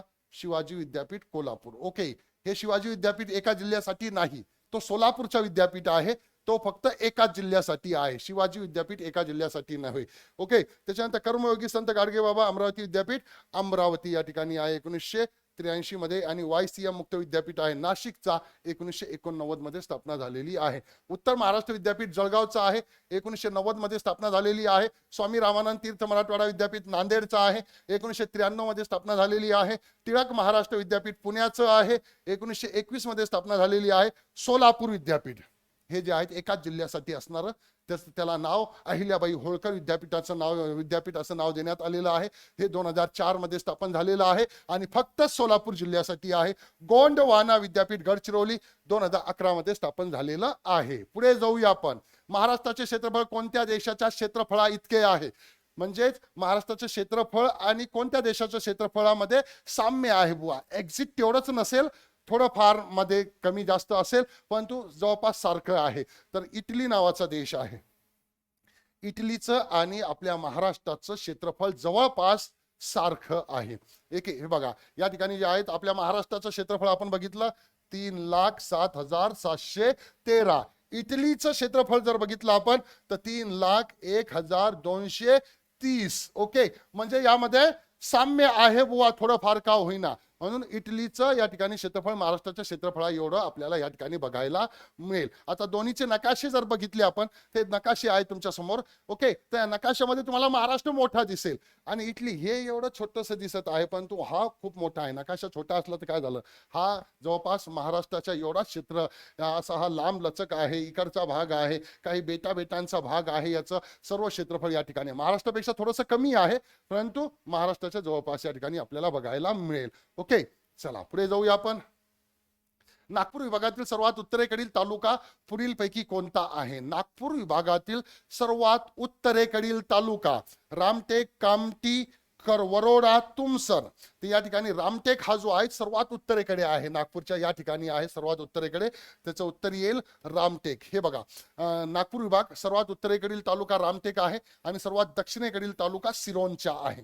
हे बघा या ठिकाणी रामटेक आहे आणि सर्वात दक्षिणेकडील नागपूर विभागामध्ये गडचिरोली पण येतोय. तर गडचिरोलीचा जो सिरोंचा आहे तो सर्वात दक्षिणेकडील आपल्याला या ठिकाणी विभाग बघायला मिळेल. ओके, गोदावरी नदीवरती डॅश डॅश आणि डॅश डॅश ही शहरे वसली आहे. ही शहरे वसली आहे गोदावरी नदीवरती. अहमदनगर, कोपरगाव, संगमनेर, कोपरगाव, पैठण, संगमनेर, पैठण. ओके, तर कोपरगाव आणि पैठण ही शहरे गोदावरी नदीवरती वसलेली आहे. कोपरगाव आणि पैठण. ओके, संगमनेर नाही, अहमदनगर पण गोदावरी नदीवरती नाही, पैठण आहे, कोपरगाव पण आहे. तर हे या ठिकाणी बरोबर आहे. तर महाराष्ट्रातील नद्या व त्याच्या काठावरील शहरं आपण हे अगोदर बघितलं हे.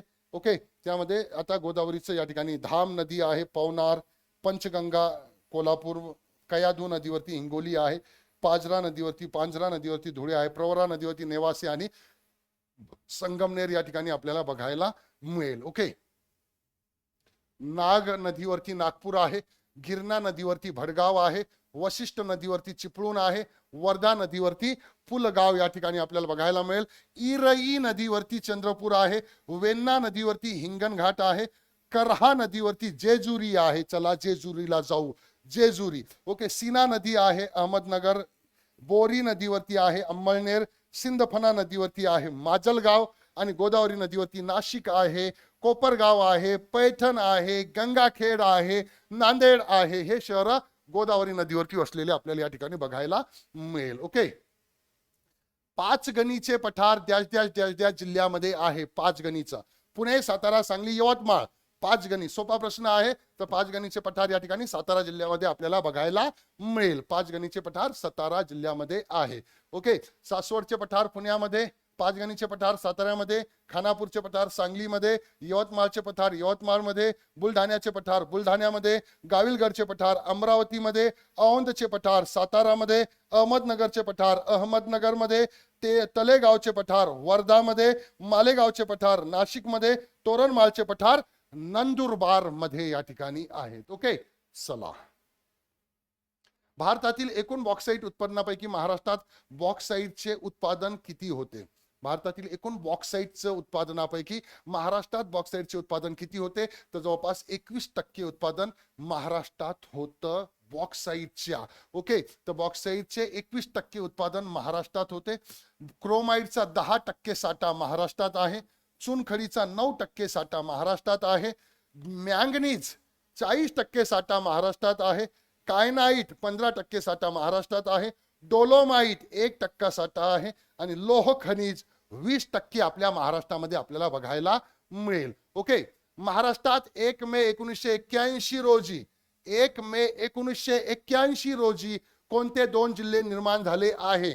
1 मे 1981 रोजी कोणते 2 जिल्हे या ठिकाणी निर्माण झालेले आहेत? रत्नागिरी की चंद्रपूर, रत्नागिरी की औरंगाबाद, औरंगाबाद की उस्मानाबाद, उस्मानाबाद की चंद्रपूर. कोणते 2 जिल्हे 1 मे 1981 रोजी या ठिकाणी निर्माण झाले आहे? चला येऊ द्या उत्तर.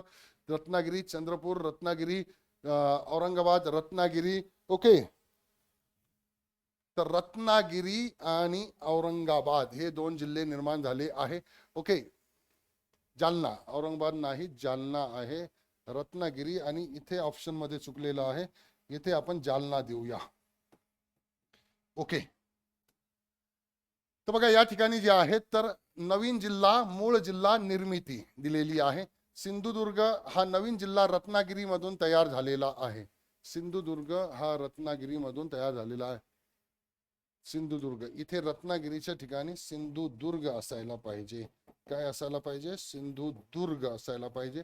सिंधुदुर्ग हा नवीन जिल्हा आहे आणि जालना हे नवीन जिल्हे आहेत या ठिकाणी. ओके. औरंगाबाद मधून जालना, रत्नागिरी मधून सिंधुदुर्ग, उस्मानाबाद मधून लातूर झालेला आहे, चंद्रपूर मधून गडचिरोली झालेला आहे, मुंबई शहरातून मुंबई उपनगर झालेला आहे, अकोल्यातून वाशिम, धुळ्यातून नंदुरबार, परभणीतून हिंगोली, भंडारा गोंदिया आणि ठाण्यातून पालघर या ठिकाणी झालेला आपल्याला बघायला मिळेल. ओके. विदर्भातील ताडोबा राष्ट्रीय उद्यानाची या वर्षी स्थापना करण्यात आलेली आहे. ताडोबा राष्ट्रीय उद्यानाची स्थापना 1955 मध्ये करण्यात आलेली आहे. विदर्भातील राष्ट्रीय उद्याने, विदर्भातील राष्ट्रीय उद्याने जर आपण या ठिकाणी बघितलं तर ताडोबा हे एक राष्ट्रीय उद्यान आहे, नवेगाव आहे, पेंच आहे आणि गुगामला आहे. तर हे 4 राष्ट्रीय उद्यान विदर्भामध्ये आहे. ताडोबाची स्थापना 1955 मध्ये झालेली आहे. नवेगावची स्थापना 1975 मध्ये झालेली आहे. याच्यावर प्रश्न आपण अगोदर बघितला. पेंच 1975 मध्ये आणि गुगामल 1987 मध्ये स्थापना या ठिकाणी झालेली आपल्याला बघायला मिळेल. अनेर अभयारण्य डॅश डॅश आणि डॅश डॅश या 2 जिल्ह्यात आहे. अनेर अभयारण्य कोणत्या जिल्ह्यामध्ये आहे? कोणत्या 2 जिल्ह्यामध्ये आहे अनेर अभयारण्य? अकोला यवतमाळ, नांदेड यवतमाळ, धुळे नंदुरबार, औरंगाबाद जळगाव. त्याचं उत्तर येईल मित्रांनो धुळे नंदुरबार. काय उत्तर येईल? धुळे नंदुरबार या 2 जिल्ह्यामध्ये अनेर या ठिकाणी आपल्याला बघायला मिळेल. ओके.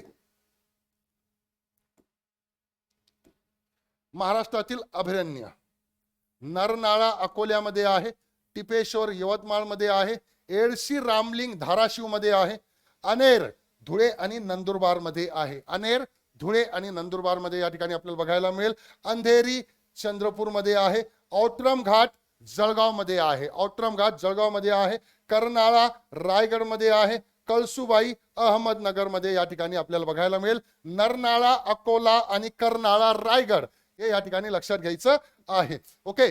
काटेपूर्णा जो आहे हे अकोल्यामध्ये आहे. किनवट अभयारण्य नांदेड आणि यवतमाळ या 2 जिल्ह्यामध्ये आहे. कोयना अभयारण्य सातारामध्ये आहे. कोळकाच अभयारण्य अमरावतीमध्ये आहे. गौताळा औट्रम घाट अभयारण्य संभाजीनगर आणि जळगाव मध्ये आहे. चांदोली सांगली आणि कोल्हापूर मध्ये आहे. चपराळा गडचिरोली मध्ये आपल्याला या ठिकाणी बघायला मिळेल. भीमाशंकर अभयारण्य डॅश डॅश डॅश डॅश या 2 जिल्ह्यामध्ये आहे. भीमाशंकर अभयारण्य कोणत्या 2 जिल्ह्यामध्ये आहेत? भीमाशंकर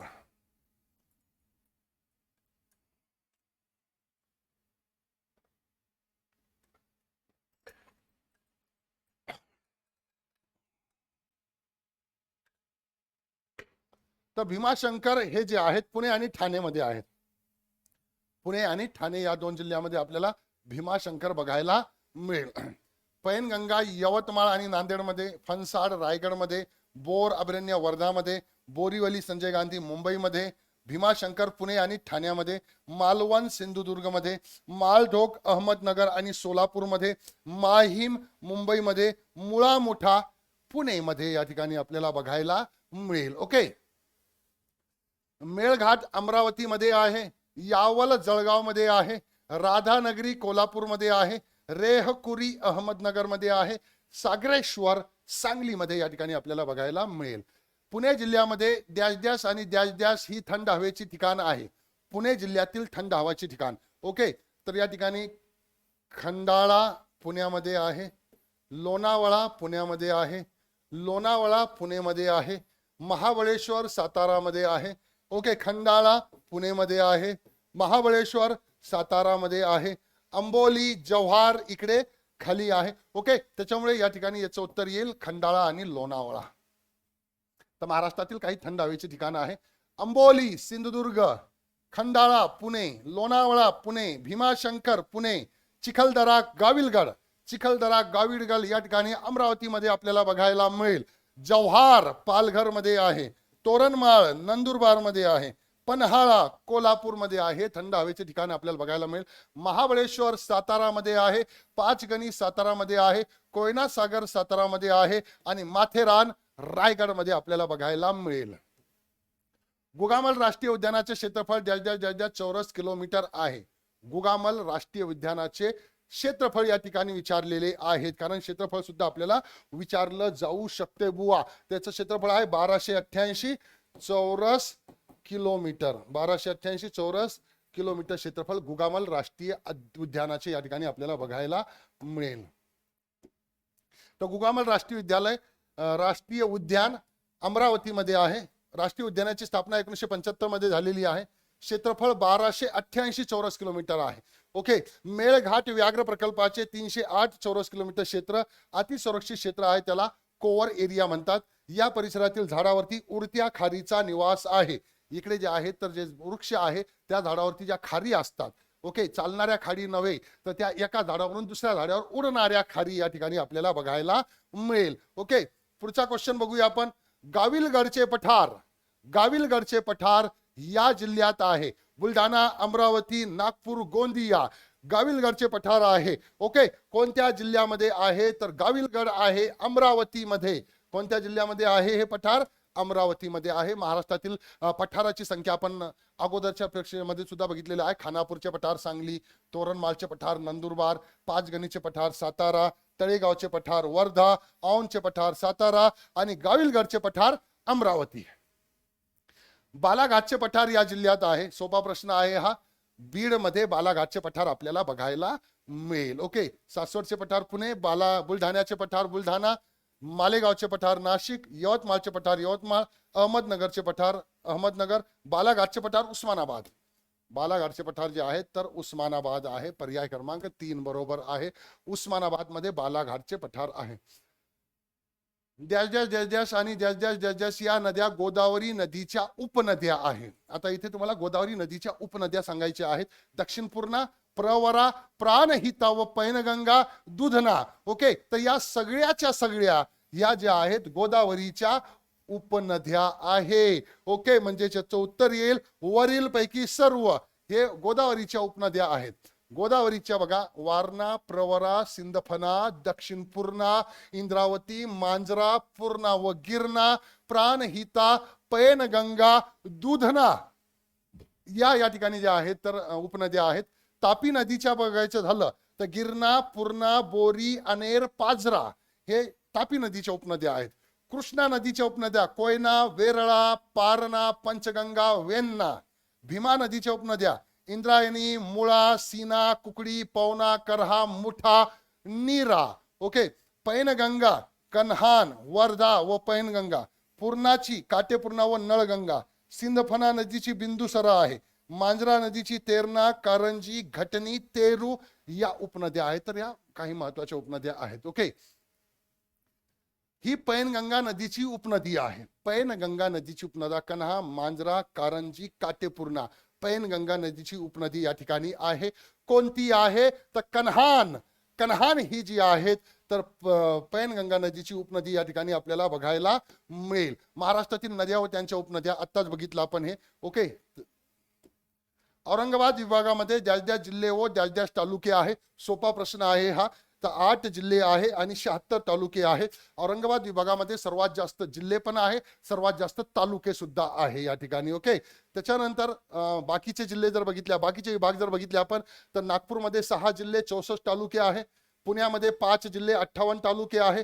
अमरावतीमध्ये 5 जिल्हे 56 तालुके आहे. नाशिकमध्ये 5 जिल्हे 54 तालुके आहे. कोकणमध्ये 7 जिल्हे 50 तालुके आहे. सर्वात जास्त लोकसंख्या जर तुम्हाला विचारली कोणत्या विभागाची लोकसंख्या सर्वात जास्त आहे बुवा तर कोकण विभागाची लोकसंख्या सर्वात जास्त आहे. सर्वात जास्त तालुके कोणत्या विभागात? औरंगाबाद विभागामध्ये. सर्वात जास्त जिल्हे कोणत्या विभागामध्ये? औरंगाबाद विभागामध्ये आहे. ओके. नाशिक जिल्ह्यामध्ये डॅश तालुके आहे. आपल्याला डायरेक्ट तालुक्यांची संख्या सुद्धा विचारली जाते. तर नाशिक जिल्ह्यामध्ये तालुके आहे 15. किती तालुके आहेत? 15 तालुके या ठिकाणी आपल्याला बघायला मिळेल. ओके. महाराष्ट्रातील सर्वाधिक तालुके असणाऱ्या जिल्ह्यामध्ये नांदेड आणि यवतमाळ आहे, जिकडे 16 तालुके आहेत. रायगड, नाशिक, जळगाव, चंद्रपूर असे 4 जिल्हे आहेत आपल्याकडे. रायगड आहे, नाशिक आहे, जळगाव आहे, चंद्रपूर आहे. या चारही जिल्ह्यामध्ये प्रत्येकी 15 तालुके आहे. त्याच्यानंतर पुणे, अहमदनगर, अमरावती, नागपूर इकडे सुद्धा या ठिकाणी आपल्याला 15 तालुके बघायला मिळेल. ओके. त्याच्यानंतर डॅश आणि डॅश या जिल्ह्यात तालुक्यांची संख्या समान आहे. कोणत्या जिल्ह्यामध्ये तालुक्यांची संख्या समान आहे? अहमदनगर, यवतमाळ, नागपूर, बीड. अहमदनगर, यवतमाळ, नागपूर, बीड. ओके. तर यामध्ये कोणत्या जिल्ह्यांची संख्या समान आहे? ओके. तर यामध्ये अहमदनगर आणि नागपूरची संख्या या ठिकाणी समान आपल्याला बघायला मिळेल. कारण यवतमाळमध्ये सर्वात जास्त जिल्हे आहे, 16 जिल्हे आहे. म्हणजे आणि 16 जिल्हे पुन्हा नांदेडमध्ये आहे. नांदेड इकडे कुठेच नाही. ओके. अहमदनगरमध्ये आणि नागपूरमध्ये 15-15 जिल्हे आहे. बीडमध्ये कमी आहे. त्याच्यामुळे अ आणि क याचं उत्तर यायला पाहिजे. पर्याय क्रमांक 3 याचं उत्तर या ठिकाणी आहे. ओके. तर या ठिकाणी आहे 15 तालुके. 15 तालुके अमरावती आणि नागपूर आणि अहमदनगरमध्ये 15 आहे. म्हणजे 15 तालुके असणारे 8 जिल्हे आहे आपल्या महाराष्ट्रामध्ये. ओके. अंबा, कुंडलिका या नद्या डॅश जिल्ह्यात आहे. अंबा आणि कुंडलिका नद्या या जिल्ह्यात आहे. कोणत्या जिल्ह्यामध्ये आहे? तर रायगड जिल्ह्यामध्ये आहे अंबा आणि कुंडलिका नद्या. ओके. कोकणातील प्रमुख नद्यामध्ये येते ते. तर कोकणामध्ये जे आहे तर पालघर जिल्ह्यामध्ये जर बघितलं आपण तर दमणगंगा, सूर्या, वैतरणा आणि तानसा. दमणगंगा, सूर्या, वैतरणा, तानसा पालघर जिल्ह्यामध्ये आहे. ठाणे जिल्ह्याचा जर विचार केला तर भातसई, काळू, उल्हास या नद्या ठाणे जिल्ह्यातील आहे. रायगड जिल्ह्याचा जर विचार केला तर पाताळगंगा, अंबा, कुंडलिका, काळ या रायगड जिल्ह्यातील आहे. त्याच्यानंतर रत्नागिरी जिल्ह्यामध्ये सावित्री, जोग, जगबुडी, वाशिष्ठी, शास्त्री, वाव हे या ठिकाणी जे आहेत रत्नागिरी मधले आहे. आणि सिंधुदुर्गमध्ये काजवी, मुचकुंदी, शुकगड, वाघोटन, कर्ली, तेरेखोल या नद्या आहे कोकणातील काही महत्वाच्या. रत्नागिरी जिल्ह्यामध्ये या नद्या वाहतात. दमणगंगा, सावित्री, तानसा, वशिष्ठी. दमणगंगा, सावित्री, तानसा, वशिष्ठी. ओके. कोणत्या नद्या वाहतात? तर या ठिकाणी जे आहेत तर जर आपण बघितलं कुठे गेलो आपण. ओके. सावित्री आहे रत्नागिरीमध्ये. त्याच्यानंतर वशिष्ठी आहे रत्नागिरीमध्ये. ओके. तर हे आताच आपण हा तक्ता आताच बघितलेला आहे. रत्नागिरी इथे रत्नागिरी आहे, सावित्री, वशिष्ठी या ठिकाणी आहे. दमणगंगा पालघरमध्ये आहे. पुढील पैकी कोणत्या टेकड्या वर्धा जिल्ह्यात आढळतात? वर्धा जिल्ह्यातील टेकड्या आपल्याला बघायच्या आहे. हरणसुरी टेकडी, नांदगाव टेकडी, तीगाव टेकडी. हरणसुरी टेकडी, नांदगाव टेकडी, तीगाव टेकडी. तर ह्या सगळ्याच्या सगळ्या टेकड्या वर्धा जिल्ह्यातील आहे. कोणत्या जिल्ह्यातील आहे? वर्धा जिल्ह्यातील आहे. म्हणजे त्याचं उत्तर या ठिकाणी येईल ए, बी आणि सी. ए, बी आणि सी हे या ठिकाणी आपल्याला बघायला मिळेल. वर्धा जिल्ह्यातील टेकड्या आहेत त्या.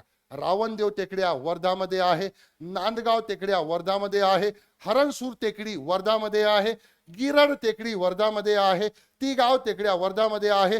बहिरम टेकड्या ह्या काही महत्वाच्या टेकड्या वर्धा जिल्ह्यामध्ये आपल्याला बघायला मिळेल.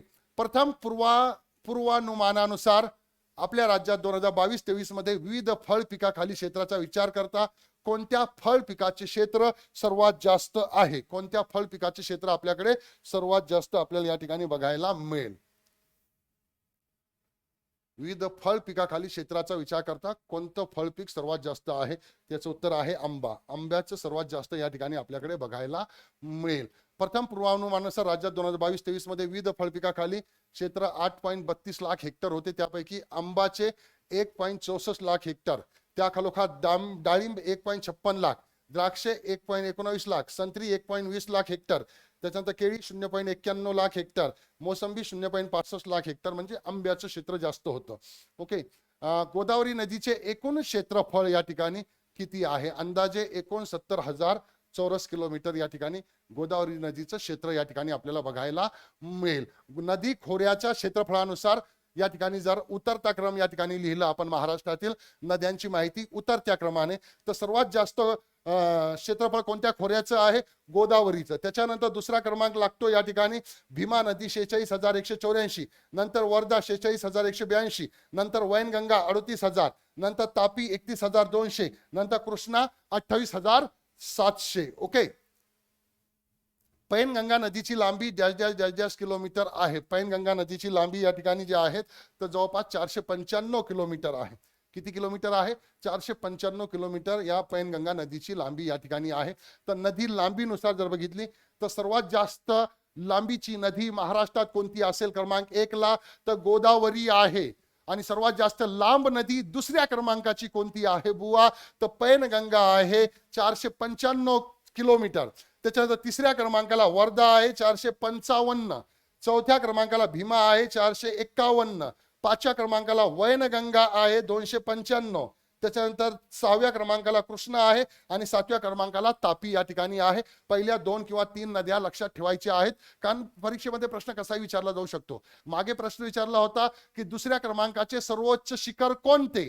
तर दुसऱ्या क्रमांकाचं सर्वोच्च शिखर जर विचारलं जाऊ शकतं तर सर्वात जास्त लांबीची दुसऱ्या क्रमांकाची नदी कोणती आहे बाबा ते सुद्धा विचारलं जाऊ शकतं. तर पैनगंगा या ठिकाणी लक्षात ठेवायचं आहे.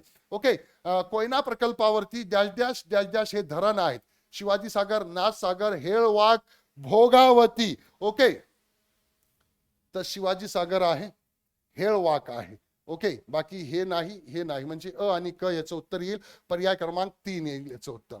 ओके. तर महाराष्ट्रामधील जलाशय व धरणे याचं आपण जे आहेत हा तक्ता मागे आपण एका क्वेश्चन मध्ये बघितलेला आहे की कोणत्या धरणावरती कोणती नदी आहे या ठिकाणी. ओके. गंगापूर प्रकल्प डॅश डॅश नदीवर असून जिल्ह्यात आहे. तर हे जे आहे तर गोदावरी आणि नाशिक मातीचं धरण आहे. हे गंगापूर ते गोदावरी नदीवरती आहे आणि नाशिक जिल्ह्यामध्ये आहे. हे जलाशय आणि धरण ही यादी आपण बघितलेली आहे अगोदर. ओके. सागरेश्वर यशवंतराव चव्हाण अभयारण्य डॅश डॅश साठी प्रसिद्ध आहे. सागरेश्वर यशवंतराव चव्हाण अभयारण्य हे खालीलपैकी कशासाठी प्रसिद्ध आहे? सागरेश्वर यशवंतराव चव्हाण. ओके. तर हे हरणीसाठी आहे. ओके. वाघाची शिकार एका हरणीने केली. ओके. त्यासाठी हे प्रसिद्ध आहे सागरेश्वर यशवंतराव चव्हाण. ओके. तर काही महत्वाचे अभयारण्य आणि जिल्हे बघा. सागरेश्वर यशवंतराव चव्हाण अभयारण्याबद्दल जर बोलायचं झालं तर हा कडेगाव तालुक्यामध्ये सांगली जिल्ह्यामध्ये आहे. कडेगाव तालुक्यामध्ये सांगली जिल्ह्यामध्ये आहे आणि हरणासाठी प्रसिद्ध आहे. कशासाठी प्रसिद्ध आहे? हरणासाठी प्रसिद्ध आहे. त्याच्यामुळे तुम्हाला सांगली जिल्ह्यामध्ये वाघ सापडणार नाही, कारण एका हरणीने वाघाची शिकार केलेली. ओके. 10.87 चौरस किलोमीटर क्षेत्रफळ असलेले सागरेश्वर अभयारण्य हे 1985 मध्ये स्थापन करण्यात आले होते. ओके. महाराष्ट्रातील सर्वात लहान अभयारण्यापैकी एक आहे. कडेगाव, वाळवा, पलूस तालुक्यामध्ये याचा विस्तार आहे. सातवाहन काळातील 51 मंदिराचा समूह या ठिकाणी आहे. कराड नजीक कृष्णा नदीच्या खोऱ्यात हे ठिकाण आहे. या ठिकाणी सुमारे 700-800 वर्षापूर्वी बांधण्यात आलेला प्राचीन मंदिराचा एक मोठा समूह आहे. त्यात अदमासे 51 मंदिर असून सागरेश्वर हे मुख्य मंदिर शंकराचे या ठिकाणी आहे. अशा पद्धतीचे हे सागरेश्वर अभयारण्य या ठिकाणी आहे. सागरेश्वराच्या या देवळापासून जवळच एक लहानसा घाट ओलांडला की अभयारण्य सुरू होते. या अभयारण्याचा विस्तार अवघा 5 ते 6 चौरस किलोमीटर एवढाच असला तरी अभयारण्य नैसर्गिक नसून मानवी प्रयत्नातून आकारण्यात आलेले आहे. सागरेश्वराच्या जंगलामध्ये श्वापदांची संख्या फारशी नसली तरी येथील मृग विहारामध्ये सांबर, काळवीट, भेर हे प्राणी संख्येने अधिक आहे. याशिवाय तरस आहे, लांडगे आहे, कोल्हे आहे, ससे आहे, रानमांजर आहे, हे प्राणी सुद्धा या ठिकाणी आपल्याला बघायला मिळेल. अशा पद्धतीचं हे सागरेश्वर यशवंतराव चव्हाण अभयारण्य आहे. महाराष्ट्रातील गवत संशोधन केंद्र डॅश डॅश या ठिकाणी आहे. गवत संशोधन केंद्र कुठे आहे? ओके. तर आपण बघितला पाडेगाव मध्ये ऊस आहे. त्याच्यानंतर श्रीवर्धन मध्ये नारळ आहे. पालघर मध्ये आहे. गवत संशोधन केंद्र पालघर मध्ये या ठिकाणी आपल्याला बघायला मिळेल. नारळ संशोधन केंद्र भाट्टेमध्ये आहे. सुपारी संशोधन केंद्र इथे जे आहे तर इथे सुपारी आहे श्रीवर्धन मध्ये आणि भाट्टेमध्ये नारळ आहे. भाट्टेमध्ये कोणतं आहे? नारळ संशोधन केंद्र या ठिकाणी आपल्याला बघायला मिळेल. बघा, मध्यवर्ती ऊस संशोधन केंद्र पाडेगाव, गवत संशोधन केंद्र पालघर, नारळ संशोधन केंद्र भाट्टे, सुपारी संशोधन केंद्र श्रीवर्धन, काजू संशोधन केंद्र वेंगुर्ला, केळी संशोधन केंद्र यावल, हळद संशोधन केंद्र दिग्रज हे या ठिकाणी आपल्याला बघायला मिळेल. एक लहरे जल विद्युत केंद्र, एक लहरे विद्युत केंद्र, जल नव्हे, एक लहरे विद्युत केंद्र कोणत्या जिल्ह्यामध्ये आहे? एक लहर हा जो आहे नाशिक मध्ये आहे. कुठे आहे? नाशिक मध्ये या ठिकाणी आपल्याला बघायला मिळेल. ओके. औष्णिक विद्युत केंद्र आहे काही महत्वाचे आपल्या भारत देशातील. चोला हे ठाण्यामध्ये आहे.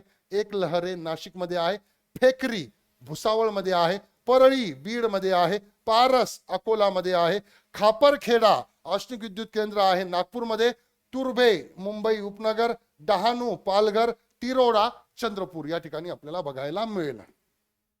चंद्रपूर जिल्ह्यामध्ये कोणते औष्णिक ऊर्जा केंद्र आहे?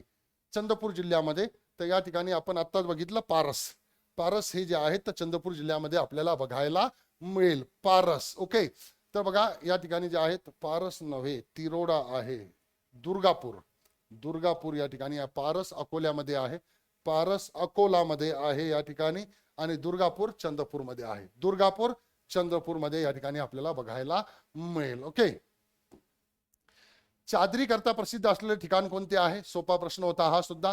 सोलापूर हे जे आहे चादरी करता प्रसिद्ध असणारं ठिकाण या ठिकाणी आपल्याला बघायला मिळेल. हे आपण अगोदरच बघितलं, कापसाचा जिल्हा, चादरीचा जिल्हा, ज्वारीचे कोठार, तांदळाचे कोठार, भारताचे प्रवेशद्वार हे अगोदर बघितलेलं आहे. हिमरू शाली करता प्रसिद्ध असलेले शहर कोणते आहे? ओके, हिमरू शाली करता या ठिकाणी प्रसिद्ध असणारं शहर आहे औरंगाबाद. या ठिकाणी हिमरू शाली खूप मोठ्या प्रमाणामध्ये आढळते. ओके, तर 7 बेटाचे शहर मुंबई, 52 दरवाजा शहर औरंगाबाद, भारताचे प्रवेशद्वार मुंबई, त्याच्या तांदुळाचे कोठार रायगड, ज्वारीचे कोठार सोलापूर, कापसाचा जिल्हा यवतमाळ, चादरीचा जिल्हा सोलापूर, साखर कारखान्याचा जिल्हा अहमदनगर, द्राक्षाचा जिल्हा नाशिक, मुंबईचा गवळीवाडा नाशिक, कुस्तीगरांचा जिल्हा कोल्हापूर, संत्र्याचा जिल्हा नागपूर या ठिकाणी आहे. ओके, द्राक्षाचा जिल्हा या ठिकाणी नाशिक. द्राक्षाचा जिल्हा म्हणून कोणत्या जिल्ह्याला ओळखलं जातं? तर नाशिकला ओळखलं जातं. ओके, महाराष्ट्रातील हे आताच बघितलं आपण. हिंगोली व गोंदिया हे जिल्हे या दिवशी निर्माण झाले. हिंगोली व गोंदिया हे जे जिल्हे आहे 1 मे 1999 रोजी निर्माण झालेले आहे. हिंगोली अँड गोंदिया हे 2 जिल्हे या ठिकाणी निर्माण झालेले आपल्याला बघायला मिळेल. ओके, तर हे या ठिकाणी जर बघितलं नवीन जिल्हा, मूळ जिल्हा निर्मिती, तर बघा रत्नागिरी पासून सिंधुदुर्ग, औरंगाबाद पासून जालना, उस्मानाबाद पासून लातूर, चंद्रपूर पासून गडचिरोली, अकोल्यापासून वाशिम, धुळ्यापासून नंदुरबार, त्याच्यानंतर परभणी पासून हिंगोली आणि भंडारा पासून गोंदिया हे एकाच दिवशी निर्माण झालेले आहे 1 मे 1999 रोजी. ओके, महाराष्ट्रास लागून ज्याच राज्याची सीमा सर्वात जास्त लांब आहे? तर महाराष्ट्राला कोणत्या राज्याची सीमा सर्वात जास्त लाभलेली आहे बुवा? याचं उत्तर येईल मध्य प्रदेशची सीमा सर्वात जास्त आहे आपल्या महाराष्ट्राला लागून. तर बघा महाराष्ट्रातील सर्वात उंच पर्वत शिखर कळसुबाई, महाराष्ट्राला 720 किलोमीटर लांबीचा समुद्रकिनार लाभलेला आहे. राजधानी मुंबई, उपराजधानी नागपूर, जिल्ह्याची संख्या 36, 9.36% या ठिकाणी भाग व्यापलेला आहे. महाराष्ट्राचा वायव्य भागास गुजरात राज्य व दादरा नगर हवेली यांच्या सीमारेषा आहे. महाराष्ट्रात लागून मध्य प्रदेश राज्याची सीमा सर्वात जास्त लांब या ठिकाणी आपल्याला बघायला मिळेल. हे बघा हा महाराष्ट्राचा नकाशा आहे आणि या ठिकाणी मध्य प्रदेशची सीमा सर्वात जास्त लागून या ठिकाणी आपल्याला बघायला मिळेल. इथून या ठिकाणी लागलेली आहे मध्य प्रदेशची सीमा जवळपास 8 जिल्ह्याला आहे. नंदुरबार, धुळे, जळगाव, बुलढाणा, अमरावती, ओके, नागपूर, भंडारा, गोंदिया 1 2 3 4 5 6 7 8 जिल्ह्याला सीमा लागून आहे या ठिकाणी. ओके, विदर्भातील तलाव या नावाने ओळखले जातात. तर या ठिकाणी जे आहेत मालगुजारी म्हणून या ठिकाणी हे तलाव ओळखले जातात. विदर्भातील तलाव मालगुजारी नावाने ओळखले जातात. विदर्भातील गोंदिया जिल्ह्यात मोठ्या संख्येने तलाव आहेत. महाराष्ट्रात मोठ्या प्रमाणामध्ये मासेमारी रत्नागिरी जिल्ह्यामध्ये होते तलावामध्ये. महाराष्ट्रातील तलावांचा जिल्हा गोंदिया आहे, तर तलावांचं शहर ठाणे आहेत. ओके, 2011च्या जनगणनेनुसार एकूण साक्षरतेच्या टक्केवारीनुसार शेवटच्या 5 जिल्ह्याचा अचूक क्रम कोणता आहे? ओके, तर साक्षरतेमध्ये सर्वात शेवटचा जिल्हा कोणता आहे त्याचा अचूक क्रम या ठिकाणी आपल्याला द्यायचा आहे. साक्षरतेमध्ये सर्वात अचूक या ठिकाणी द्यायचा आहे. सर्वात अचूक म्हणजे या ठिकाणी काय आहे? साक्षरतेच्या टक्केवारीनुसार शेवटच्या 5 जिल्ह्यांचा अचूक क्रम. शेवटचे 5 जिल्हे साक्षरतेच्या प्रमाणामध्ये त्याचं उत्तर येईल. नंदुरबारमध्ये सर्वात कमी आहे, त्यानंतर जालना, नंतर धुळे, नंतर परभणी, नंतर गडचिरोलीचा येईल या ठिकाणी. नंदुरबारमध्ये 64.38% आहे, जालन्यामध्ये 71.52% साक्षरता आहे, धुळ्यामध्ये 72.80 आहे, परभणीमध्ये 73.34 आहे, गडचिरोलीमध्ये 74.04% साक्षरता या ठिकाणी आहे. ओके, त्यानंतर भारतात सर्वात जास्त विद्युत निर्मिती या राज्यामध्ये होते. भारतात सर्वात जास्त विद्युत निर्मिती महान अशा आपल्या महाराष्ट्रात होते. सर्वात जास्त विद्युत निर्मिती महाराष्ट्रात होते. ओके, महाराष्ट्रामध्ये जे आहेत, पहिला सहकारी साखर कारखाना परवरानगर येथे आहे. सर्वात जास्त कापड गिरण्या महाराष्ट्रात आहे. सर्वात जास्त विद्युत निर्मिती महाराष्ट्रामध्ये या ठिकाणी होते. ओके, त्याच्यामुळे विद्युत निर्मिती सुद्धा महाराष्ट्रामध्ये या ठिकाणी होत असते. ओके, तर विद्यार्थी मित्रांनो, या पद्धतीने जे आहेत तर भूगोलावरील जवळपास 200 प्रश्न आपण या ठिकाणी कव्हर केलेले आहे. ओके, आज आता आपण या ठिकाणी थांबूया. भेटू आपण लवकरच दुसऱ्या लेक्चरमध्ये. तोपर्यंत जय हिंद, जय महाराष्ट्र, धन्यवाद.